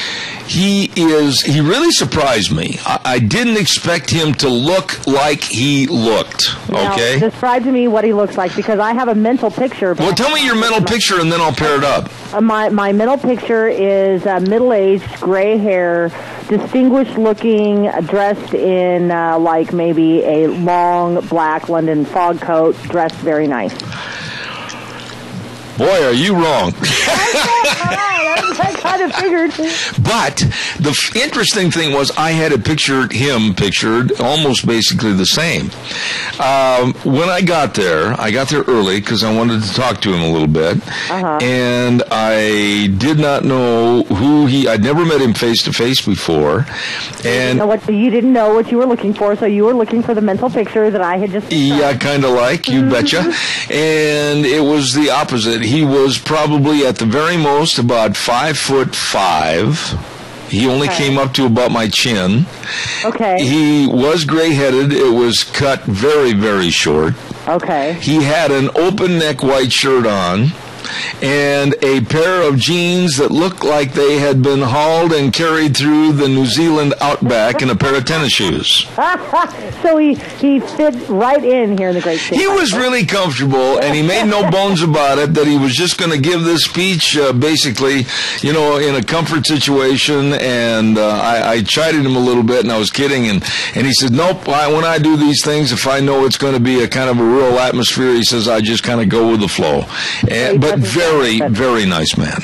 Yeah, I really, really wanted to go to that. Of course, we had some prior engagements with the little boy, so we couldn't make it. But that's one of the ones that I really wanted to go to. So I was hoping that you would fill me in on what was said. No, he had his books for sale, and I bought his latest book, and The Enemies Within. Yes. And it's one of those quick reads of only 600 and some odd pages. Well, it's very quick read. Yeah. Quick read for me is like 50 pages. Well, I like to savor books. Deanne breezes through and uses the speed reading technique. Yeah, see, that's me. I look for specific words. If I find something that'll spark my interest, then I stop. Yeah. And I'll backtrack just a little bit, and then I'll continue reading. I took one of those speed reading courses, and I think it was the biggest waste of time and waste of good books. I didn't like it at all. I think you miss a lot. You miss a lot of the personality, the way the personalities are concocted and how they are in the book. I think you miss a lot. Well, there's two different types of readers. There's your type of reader who really likes to soak in every word. Yeah. And then there's the type of reader like Deanne and I, where we like to speed read through it. We like to get the gist of it, and then we're on to the next thing. And then Deanne reads the same book twice. I've never figured that out. She'll put the book up on the shelf, and I'll say, "Why are you saving it?" "Well, I'll read it again here in a couple of weeks." "Well, if you had read it slower the first time, you wouldn't have to reread it." Well, we got to kind of let it mull, and we have to ponder it first, and then if we have some questions, then we'll go back and refer. You got to mull, okay? Yeah, we Well, mull this. Let's ride. Where the fun is sold. Highway 24 between Rupert and Burley. Oh my goodness sakes! Open Monday through Saturday, 9 to 6. Oh, they've got all the new snow machines over there, all the accessories. They've got all the ATVs. Oh my goodness, those ATVs all over the showroom floor, all the accessories. And of course, they got the best in service departments. Holy smokes, it's true. Everything is there waiting for you at Let's Ride, where the fun is sold. Highway 24 between Rupert and Burley. Stop in and see them today. Let's see, what do we got coming up? Next hour, we have Casey Givens, and I will forewarn you that the topic that we're going to discuss is a little risque. Okay, so if there are young, impressionable ears in the room, you might go put them in another room and turn the music up. And Casey's going to be talking about dating on college campuses and new rules and regulations. And then at 10:30, we're going to talk to Attorney Grant Gerber. They're all the way on the Cowboy Express ride. They're back in Kentucky already. Holy smokes.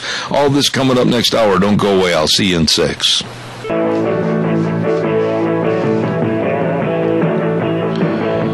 Oh my, let's see what the temperature is outside. I gotta check that, hold on. Oh my goodness, it's only 43 outside? Kind of chilly.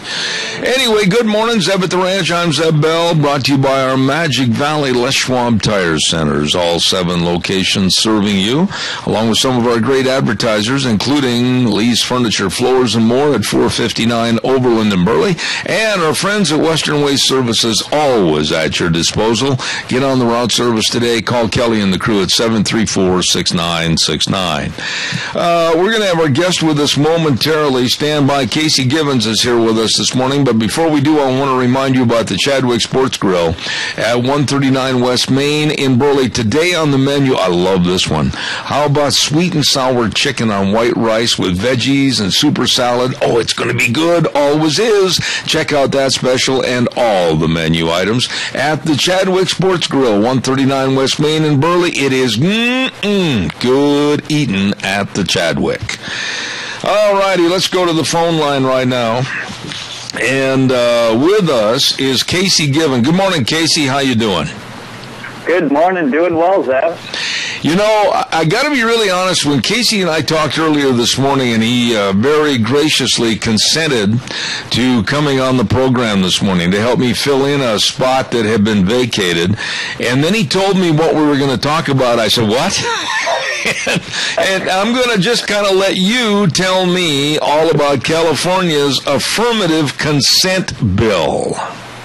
Yes, absolutely, Zeb, and I promise to keep this completely PG. So basically California passed a controversial new law recently for all of its public universities, requiring them to adopt what's called an affirmative consent standards for sexual abuse student conduct mishearings. And what that means is basically that for students that are being tried to rape or being tried for rape, must affirmatively give consent before having sex with someone. So they must explicitly say yes. And this is actually, while that might sound at first glance to be a really good thing for justice and holding rapists accountable, actually what's happening is that a lot of young men are being accused of being put in front of these kangaroo courts at colleges for not explicitly saying yes before sexual consent. So it's actually kind of a great danger for higher education and our system. And ultimately, these disciplinary boards that are really kangaroo courts, and what needs to happen is instead of these disciplinary boards, students who are actually victimized need to go to the police and need to seek justice through the justice system. Did that make any sense? Yeah, and it opens up a Pandora's box of questions. And I want to say this in a very tactful manner so that a conservative audience doesn't go, oh my goodness, and run and jump off the cliff on us. But basically, if two consenting adults want to get together in the later stages of an evening in front of the fireplace, are you basically telling me that they would have to have almost like a consent form? Here, you sign here, you sign here, and then keep it on file? I mean, is that how serious this is? Yes, essentially, yes. I mean, obviously, it wouldn't have to be on paper, but that's the ridiculous part of the bill, Zeb, is that, or the law, I should say. It was just signed by Governor Jerry Brown, is that they have to explicitly say, yes, I do consent to this, which is just ridiculous. That's not how human interaction works. So what's happening is, and we've seen this across the country in many documented cases, is that some young women have brought accusations against young men saying that they did not explicitly say yes. And of course, actual real rapists need to be brought to justice. But this law kind of encroaches upon a gray area, which is just really dangerous for justice in our higher education system. You know, I'm trying to be as tactful as possible because California, in my opinion, Casey, you can tell me I'm wrong, but you being a graduate of, University of California at Berkeley, you would know more than anybody about some of the incompetency and some of the idiocy that goes through the California court system and then also through their legislative system. But I mean, my goodness, in my mind's eye, when I read this story that you sent me, you go on a date, you make sure that you've got your billfold, your money clip, and then also your consent form. I mean, this is ridiculous. Yeah, exactly. And you know, Zeb, the federal government, surprise, surprise, is actually at work here. And the reason, because you may ask in the first place, which was the topic of my article, why do college campuses handle rape cases in the first place? Yeah. Obviously, you would think you would go to the police, because the police actually have the power to arrest someone and bring them to justice for their crimes. Well, the reason for this is, unsurprisingly, the controversial law Title IX. In the 1980s, lawyers started interpreting Title IX as requiring colleges to set up these disciplinary boards for rape cases. And unfortunately, they just don't bring justice both for people who are actually victimized, for young ladies who actually are victimized and do deserve justice, and they don't bring justice for students who could be falsely accused and brought to these student disciplinary courts that don't have the power to arrest, and don't require all of the same standards of justice that our court system does. You know, what scares me, Casey, and you've probably touched on it, but I want you to elaborate on it a little bit more. Here we have a man and a woman that might be very much involved with each other, and again, I'm watching and choosing my words carefully here, and they have a relationship, per se, and then all of a sudden they break it off after about 2 or 3 months of going together, and perhaps one or the other of the parties involved wants to be vindicated, or should be very vindictive, I should say, against the other party. How is that going to play out in the courts? Exactly, Zeb. And as this is definitely cases that have been seen across the country. Of course, it's not the norm, but there definitely are vindictive cases like this. And see, the problem with this is that so in the criminal courts, when someone brings an accusation of rape against another person, they have to prove that beyond a reasonable doubt that they were actually victimized. But the problem with these student disciplinary hearings, and especially the problem with California's bill, which is being touted as a model for other states to follow, is that they have a lower standard of proof called preponderance of the evidence, which simply means if these bureaucrats think that the student actually victimized someone more than they think that they didn't, a 51% standard, then they can essentially ruin their lives, put it by marking them as guilty on their academic record without even going to court. And this is the problem, because there have been many instances of young men who are found guilty by their university, but when they're actually taken to court, when they're actually taken to a court of law where they can actually be imprisoned and put to justice, they're found not guilty because there's not enough evidence. So this is really kind of an asymmetrical problem that is really a threat to justice. Oh, my goodness. I mean, you're talking about something that could be a personal vendetta. You might have the BMOC, the big man on campus, and somebody feels jilted, and he could be the star quarterback on the football team or the number one scorer on the basketball team, and you could run him through the ringer at the college, and the press, the media, the absolute demise of his personality could ruin him forever. You know, Zeb, that's actually funny you bring out that example, because that has actually happened. Not on in college, but there was a young man in Southern California in high school who was brought through the same process. His high school had the same procedure for these kind of crimes.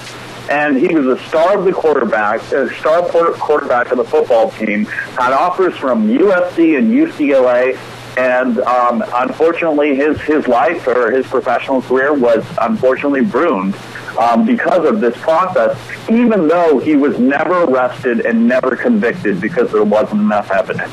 Let me ask you, why did this come up in this form in front of the California legislature to pass a bill like this? Is it that severe a problem, or was this just some loony liberal that wanted to create a bigger problem by trying to pass this legislation? You know, that's a great question, Zeb, and this is actually why I'm calling about this issue to you, an Idaho-based radio station, and instead of just calling a California one, is because this was actually touted by the Obama administration, this affirmative consent standard, as a model for colleges to adopt. So it's not just California. California is just the first state to move on this by requiring all their colleges to adopt this model. But it's quickly going to spread across the country, and in fact, many individual colleges, especially private colleges, have already adopted this standard, and all across the country. So actually, it really comes out of in 2011, the Department of Justice sent a letter to every university across America, saying that encouraging them to adopt this affirmative consent model, and almost in a weird way suggesting that if they don't, they could perhaps in the future, the federal government could perhaps deny their student aid. Of course, they didn't explicitly mandate it, but this could really be a possibility in the future, is that the federal government could possibly more explicitly require colleges to take up the standard. So it's really just not a California-specific problem. It really is spreading across the country and could really be a big threat to to justice in higher education. You know, what worries me is talking about what we were talking about earlier this morning, Casey, with the Alliance Defending Freedom. They were talking about a business back in Kentucky, I believe it was, where a printer that prints on T-shirts and sweatshirts, etc., was asked by gay and lesbian and transgenders to do something for an upcoming event, and the businessman said, no, thank you, but I can't adhere with that type of lifestyle, so therefore I'm going to turn down your business, but he recommended somebody else possibly to do it. Well, their vendetta against him is they're trying to run him out of business. And the government, it seems like, is encroaching into every aspect of our lives and telling us, thou shalt do this, thou shall not do that. And this just seems like it's gone too far. They're already in the kitchen telling us what to eat. Now they want to get in the bedroom, too. Absolutely. You know, that's such a powerful point, Zeb. And I think, it's funny because it's ironic because often liberals like to accuse conservatives of saying, you want government in the bedroom. But in this case, it truly shows that it's not just conservatives, but liberals as well, who are trying to get government in the bedroom. I mean, this is, literally government regulation of private relations between individuals that they should have absolutely no place in. Have you talked, and I'm sure you have, you're what, young man, I'm not going to ask your age on the radio, that'd be rude, but I'm sure that you've talked to many young people and found out what their feelings are about this, or what they feel is the encroachment into their private lives. What's been their general position on this? Yeah, absolutely. So obviously, there's a lot of different opinions about this. Especially, unfortunately, I think there's been polling in California specifically. It seems like most young college students do approve of this, but not all of them. I've talked about my organization before plenty of times, but my organization, Young Voices, is a part of Students for Liberty, which is an international libertarian organization, and we've been experiencing exponential growth over the past few years. There is a lot of young people that are waking up and realizing just the injustice, just the inefficiency that big government has caused, and the threat to our liberty. And so, fortunately, there has been a big student outcry, in California and across the country over this bill. And a lot of young people are waking up and seeing the line in the sand and seeing the threat to liberty that this and other policies present. So I'm actually optimistic that in the future we'll see more pushbacks against government encroachment like this. You know, Casey, and I'm not trying to be naive on this, but how are they going to enforce this? I mean, how is the bill structured so that the paperwork or the complaints or the innuendos, all of this is addressed? It's going to create a lion's share of problems and also create another office and more bureaucracy to take care of this. Who's going to pay for all this? Exactly, and it really can't be enforced. I mean, effectively, this bill, this new law, really changes very little, because as often with cases of this sort, it really comes down to a he said, she said type situation. Yeah. So it's really just kind of adding a new level of bureaucracy to something that just muddles the justice system, just makes things even more confusing. Colleges just aren't just aren't capable to handle such serious crimes as these. If a student is actually victimized, they should go to the police, because the police actually have the power to arrest. They have the power to bring someone to the court system and get the justice that they deserve. Absolutely. Wow. I mean, I admire you for being able to tackle this problem and write about it in your blog, and I think you do a great job, Casey, and I always look forward to having you on the program. Is there anything you want to add to this at this time before I say I got to run, but the floor is yours. Go ahead. I don't think I have much. Just check out youngvoicesadvocates.com. That's my the company's website, and we have a lot of young people, like I mentioned, who are just not fed up with the government's encroachment on our liberty and are fighting back. Absolutely. Casey Gibbons, I've got a lot of respect for this young man. Casey, God bless you, man. Thank you so much. Thanks, Ed. You bet. Thank you. Wow. It's not a subject that you can easily talk about on any talk show, but California passing an affirmative consent bill, and we're talking about juniors and seniors in college, adults, 21 and over, and you know what I'm going to do? I'm going to put her on the spot. Gina, did you hear that? Were you listening to that? She's gone. I'm not hearing anything. Pardon me? I said I'm not hearing anything that I shouldn't be. No, but did you hear about that bill he was discussing? Oh, yes, the one out of California? Yeah, I mean, it's just more encroachment into our daily lives from the government, and I'm trying to say it in subdued terms to the point. Hard. It is hard. Let me tell you, it's not the easiest thing I've ever done. But whether it's the kitchen with our food, whether it's our driving, or even now our sexual relations, and with whom they want to have complete regulation and control. No, and that doesn't fly with me. It just really doesn't. At some point in time, the American public needs to just say, okay, enough is enough. Seriously, get out of my house, get out of my kitchen, and for God's sake, get out of my bedroom. You don't belong in there. And the thing that bothers me the most, and Casey alluded to this, is that if you have a relationship, and I'm talking about students at these various colleges in California, and all of a sudden there's a vindictiveness because of a breaking up of the relationship, there could be an accusation and a person's life could be ruined by going in front of one of these kangaroo courts. Completely ruined, and I don't really think that the young men and women that are now becoming of voting age, I don't really think that they understand the ramifications of what this bill could bring. I mean, they're not thinking in the larger terms or long term for that matter. I mean, look at the life expectancy and how long could this bill affect your life. Yeah. And then, of course, if you do one thing wrong, then that's going to be a black mark on you. Absolutely. Over something stupid.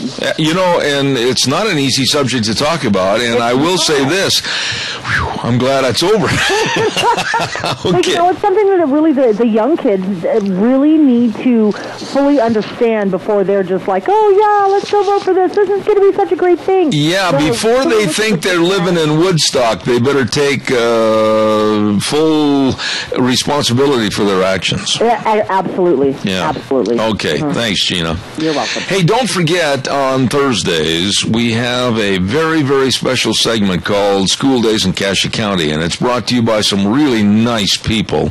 A Child's World at 1308 Overland in Burley. And boy, I'll tell you what, they've got all the suits, the jackets, the pants, the vests, the shirts, and the ties. And, of course, they've got new holiday dresses arriving and hundreds of new infant outfits. And remember, they always gift wrap for free, and they've got layaway at A Child's World, 1308 Overland in Burley. And the other sponsor of School Days in Cassia County, Ambulatory Surgery Center at 1344 Highland Avenue in Burley. Oh my goodness, life-saving colonoscopies. Very important, and I stress the fact that you should call and ask questions about these colonoscopies, saving people's lives.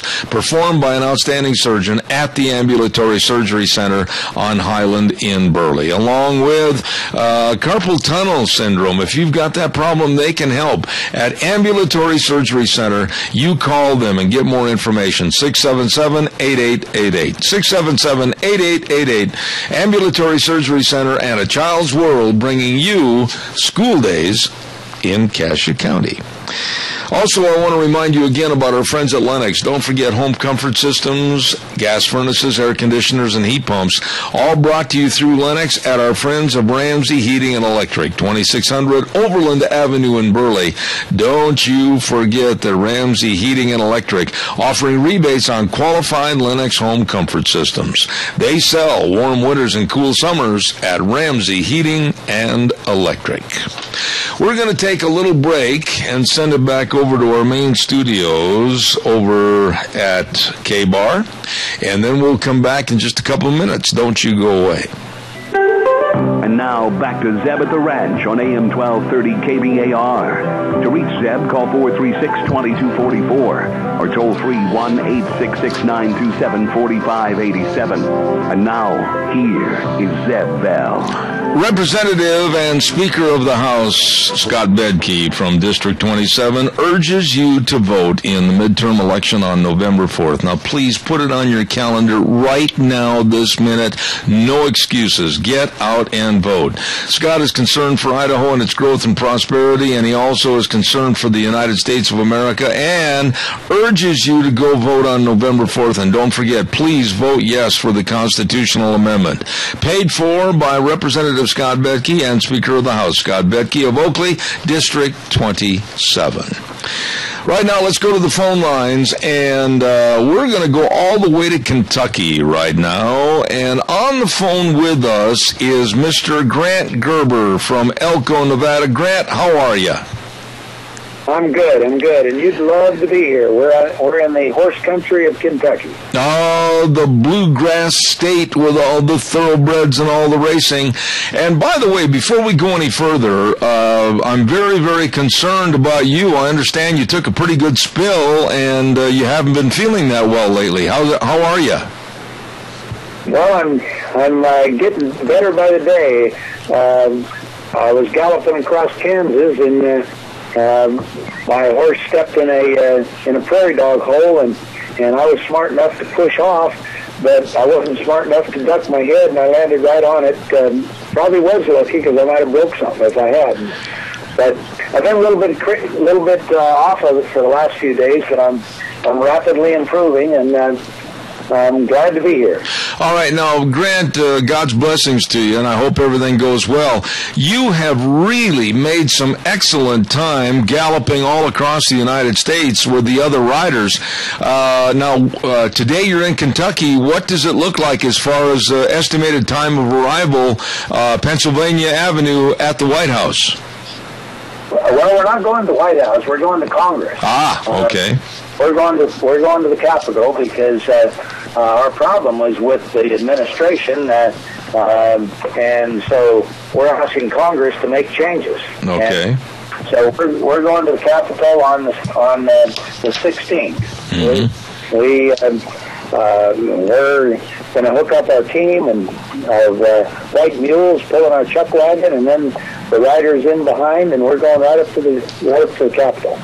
Well, now, what about the response so far, Grant? We had you on last week, and you were in Kansas, and you said a lot of great folks all across the route have been very helpful. What's been the attitude now that you draw closer to the East Coast, now that you're in Kentucky? What are people telling you? Well, the people in the East that we talk to are not happy with the federal government. When we point out to them that the federal government owns 87% of the state of Nevada, and that they ignore private land and private property rights and private water rights, they're appalled, and I think we just need to get our message to them, and they'll support us in transferring this land to the state because, as I point out to them, it's costing them taxes. They're subsidizing the rest, and it's silly for them to do it. I said, give us our freedom, and we'll take care of ourselves. And so I think that message is getting across to the people we talk to, and we're making progress. I talked to Congressman Amadei this morning, and he's really supportive, and his staff, and we got congressmen and others that are really taking a hard look at what we're doing, and we expect that we're making a real difference. And we've been having a lot of fun. It's a wild and crazy time. Apparently, it's the first time a coast-to-coast relay has ever been done like this, and especially at the speed we're making it. We've had some days we've made over 180 miles. So. All right, now let's talk about that just for a little bit, Grant. How did you set it up? I mean, riders go for what, a 5-mile period at a lope, and then somebody else jumps in? How is it actually being conducted? Well, you pretty well stated it, where a horse rider will go a distance, and it's traditionally 5 miles, but sometimes we do 3, and sometimes we do 4, and sometimes we do 6, depending on the conditions. And we're trying to keep up the speed as much as possible, but we're keeping safety in mind, except when prairie dog holes can get in the way. Yeah, we're covering the country, and we got a lot of hard riding guys and hard riding gals, and it's been a lot of fun. And our horses are doing good. We've got one little horse that is limping a little, but we could continue to use him, but we're not. And we're able to rest horses some. We've had as many as 20. Well, we've got 28 head of horses and 2 mules with us right now, and 10 riders, and so it's been an exciting and good experience, and everybody on the ride complains once in a while, but most of the time everybody's happy. Well, now, how does this work? Does everybody kind of draw for positions to ride during the day? So one person gets up and they start like at 8 in the morning and they go 5 or 6 miles, and then the next person jumps up on a horse and then they go, or how do you have that set up so that you alternate all the riders? We have 4 pickups and horse trailers, and there's 2 major teams and then 2 minor teams, and each day we alternate who goes early and who goes late and who goes in the middle. So everybody gets a break, and those that go early, then they're able to trailer up to where they take their horses up and rest them, and so each day it changes, so that everybody gets the early morning and the late, and but now that we've been hitting rain, it's been exceptionally hard because it's slick and troubling, but we're just continuing on, and I'm especially thankful for the Clegg family out of Utah. They brought 10 head of horses and 2 good riders, and then Bruce Clegg, county commissioner from Tooele County, he's been the chase car driver most of the time to give some cushion to the horses ahead of him. Okay. And then across bridges and stuff. But it's we got danger, but everybody's being as careful as we can, and based on the circumstances. And people sure look askance sometimes when a cowboy goes riding down a sidewalk through a little town. Let me ask you this, Grant. When you talk about going through small towns, have you gone ahead with anybody and kind of pre-planned the route? Have you made sure that you can get to certain areas and stay on certain aspects of the highway and tried to alleviate some of the congestion of traffic? It must take a lot of pre-planning to get through certain areas. We had to do, we've done some of that, but this is really a low budget operation. We didn't have the funds to hire that kind of thing done, and so it's we've got four paid people on the project, but they're just so busy, and that's Jess Jones and Katie Jones. And Katie's our coordinator, and Jess is the Grass March Cowboy Express boss. And then he hired Josh White, who's a hard-riding, long-riding guy, and he's going. And then we got George Martin, who drives the big motor home that's our command center. But other than that, everybody's volunteers, and we're just so busy that we don't have time to do much of a lot of the nice things we would have liked to have done. But it's working, and we have not had to backtrack anything. We did have to trailer up across the big rivers and a little bit, but for the most part, we've been able to ride every mile. All right. Now, I want you to reiterate to my audience, again, why you're doing this Grass March Cowboy Express across America. You, as an attorney and also friends to many of the ranchers right there in Nevada, you are sick and tired of basically these folks being run out of business by government bureaucracy. So tell us a little bit about the why, again, of this ride. Well, it's been clear to me for years that if we just continue to file suit against the agencies, that we'll never have enough money, and so therefore we have to reach Congress. And the thing that tipped this one over, and we decided we had to go, was in the Battle Mountain BLM district. We've got a rogue BLM manager that's worse than the average, and gave a 100% cut to the Tamares, Filipinis, and Marilux families, which was totally destroying them. And he had no real reason for it. We did a grass tour, and the grass was 1 foot to 2 feet tall. It was hitting the cows in the belly, and he was not allowing them to turn out at all. And so that was the impetus that got it going. But as a result of getting this started, there's been counties that have passed petitions and resolutions on grazing issues and endangered species issues, and they've thrown in with us. In other words, what we started has now begun to develop into something much bigger.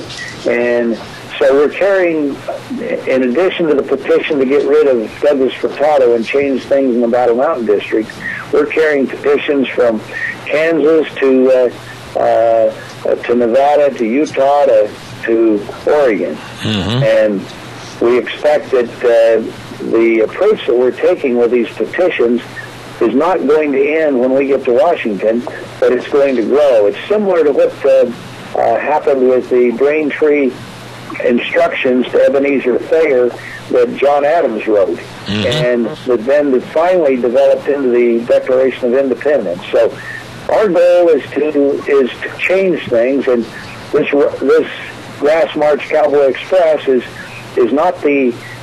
certainly not the end. This is the beginning. We've got a lot of other things planned coming next.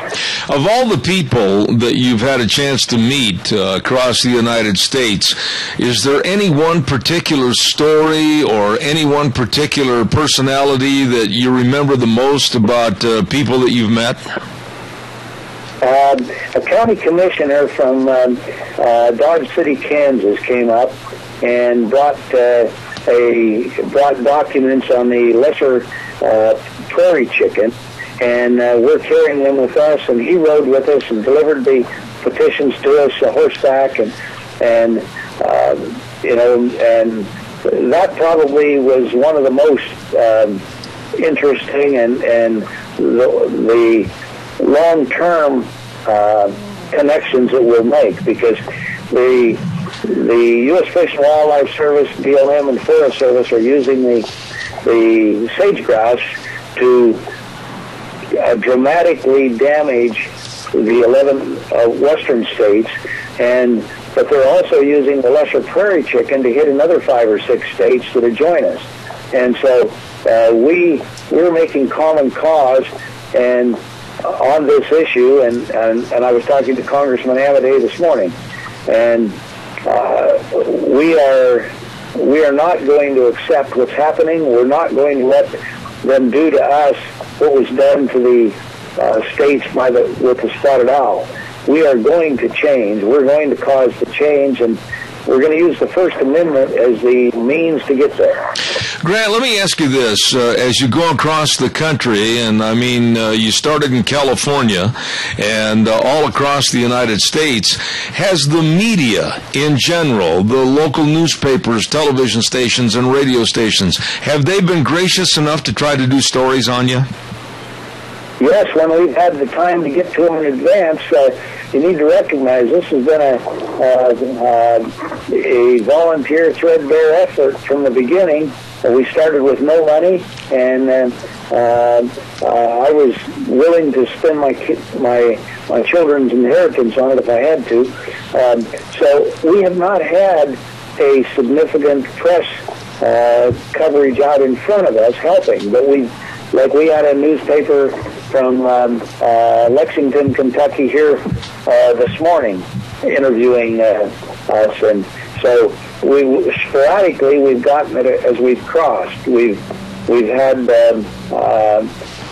we've had the press. There's, as a result of what we're doing, a reporter is up from the LA Times in Battle Mountain interviewing to find out why we're going. So we're getting some press, but nothing like we could have and should have gotten if we'd had the money and the expertise. We're from the country. We don't really know how to do all of that, but the fact that we're crossing the country, and it's never been done like this before, and we've got a message for Congress. I expect on Wednesday, on Thursday when we go into Washington, we'll get some. And if any of your listeners would like to help, one of the things they could do is send fresh horses, and they could also call to their congressmen and senators in Washington and encourage them to send their staffs to help, because the congressional office all of our congressmen and senators are out on the campaign trail or at home, and we understood that when we left. We knew that was the case, but the reason we had to do it when we did is because of the temperature. We could not have gone in August or earlier. We could not have gone after this because we might end up snowbound somewhere. So we had to go in September and October to make it work, and so we knew that. We accepted the fact that we weren't going to be there when Congress was in session, but we're hoping to reach a lot of staffs. Now, we've got about 4 congressional staffs that are seriously working with us and for us. We don't have any of the Idaho staffs, and we would certainly like to get some of them cooperating and supporting the Utah and Nevada staff. I'll see what I can get. I'll see what I can get done. Now, I guess a question that comes to mind real quick, and we're almost out of time, is that surely Senate Majority Leader Harry Reid is going to be a part of your welcome party, is he not? Well, I'm sure it is. If we weren't on the air, I'd tell you what the joke I've been telling, but it wouldn't be properly received on the air. But it's possible I know that this stirred him up enough that he sent a representative up to Battle Mountain to try to find out what was going on surreptitiously. But they got that staffer located, and one of the Tamara sons and one of the ranch managers from another ranch got her buttonholed and helped her understand how bad this was. And so he's aware of it. But since he's traditionally in with the radical environmentalists, we'll be surprised if he does anything to help. But it's possible. We're looking for all the help we can get. There you go. Now, Grant, I mean this when I say this. You have been so helpful to a lot of agricultural issues. This just being another one to add to your repertoire, the Grass March Cowboy Express. But I do know that you had a severe head injury, and I'm glad to hear that you're getting better and all is well. And I do wish you God's blessings, and I hope the trip is fruitful when you hit Washington, D.C. And I want you to end by thinking that Gandhi went 200 and some miles. We're going 2,800 with the same message. We're demanding freedom. All right. Grant Gerber, God bless you, man, and I'll be in touch, and we'll find out more how it ends, okay? Thanks a lot, Zeb. Thank you, sir. Thank you. Grant Gerber, attorney from Elko, Nevada, with the Grass March Cowboy Express. They're going all the way back to Washington, D.C., and what they said was, we will ride 2,800 miles, coast to coast, delivering petitions to Congress demanding relief from a tyrannical government agency. Will you please ride with us? Thank you, Grant. Appreciate that. Oh, we got to do a weather forecast. And the weather is brought to you this hour by Scarrows Meats, 331 North Road, Jerome, 324-7657.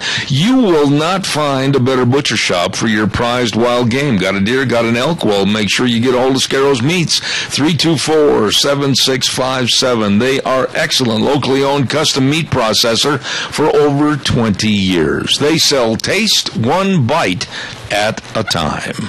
Here now, Michael Rogers weather. Michael Rogers in some of the ranch. Not a bad day, sunny. Yeah, it's sunny and clear for tonight. There's a slight chance of rain possibly on Wednesday, but Wednesday is not here. So we're just going to deal with today. 68 for the high. 53 for the overnight low to warm up tomorrow to about 78. You're going to be going back and forth with the temperatures this week. But other than that, a lot of sun, very little clouds. Enjoy the weather. It's the only weather you got. All right, Michael, thank you very much. Appreciate it. Scarrows Meats, the sponsor of our weather this hour. 331 North Road, Jerome, 324-7657. You give them a call because they're selling taste, one bite at a time. You know, we're going to start wrapping things up here for this hour, but I also want to remind you our thanks go out to our Magic Valley Les Schwab Tire Centers, all 7 locations serving you. And I'm so blessed to have them on the air as our major sponsor. They've got a great big tire sale going on right now. Like they've got the all-season traction tire for your car, the Eclipse, just starting at $63.59, 70,000-mile warranty on that tire.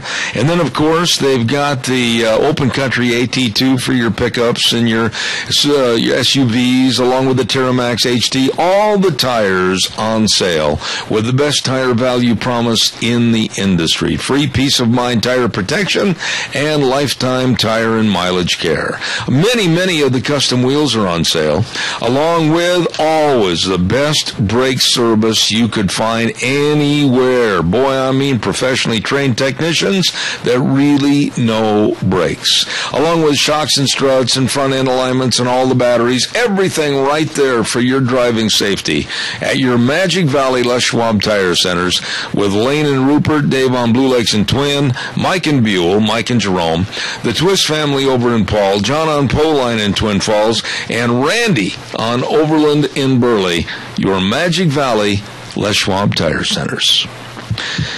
Oh, Gina, what a busy day. By the way, I forgot who plays Monday Night Football tonight. I think it's the New Orleans Saints, and I can't remember who they play. I don't even know either. I'd actually have to look at it. Oh, do we have a call coming in? We do. Hold on. Oh, okay, thanks. All right, they're ready. Here you go.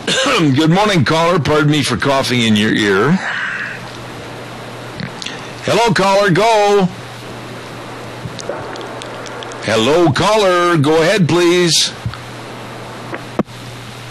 Well, apparently they didn't want to talk to you. They hung up. Well, gee, that gives you a really insecure feeling when you're old like I am. You just want to go out behind the barn and hide your head.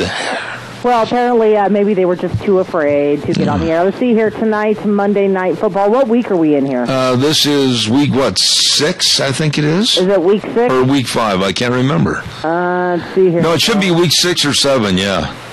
Tonight would be the 49ers and the Rams. Oh!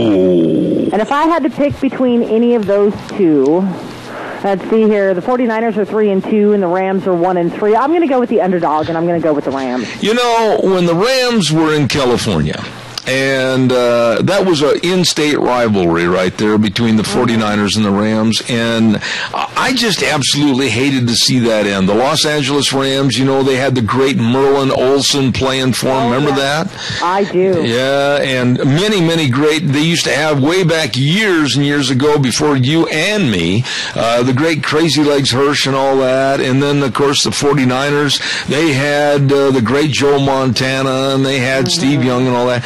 But when the Rams moved back east and became the St. Louis Rams, it really took away from some of the rivalry that they had. It did, and honestly, the Rams just have never done. Now, I take that back. They did win one Super Bowl, and this was back in early 2000s. Yep. But ever since then, they just really have not had that great of a presence on the field. Yeah, and I'll tell you what, I'm going to have to go with it. As much as I dislike the 49ers tonight in Monday Night Football, I would much rather pick the Rams, but the Rams have had a multitude of injuries. They've had a multitude of quarterback problems and wide receiver problems. I'm afraid the score is going to be 34-17 49ers. Oh, you're probably correct. I mean, Kaepernick's still in for San Francisco, and he's been having a pretty decent season. And so, but I'm always the underdog rooter, as you know. Yeah. So I'm gonna stick with the Rams.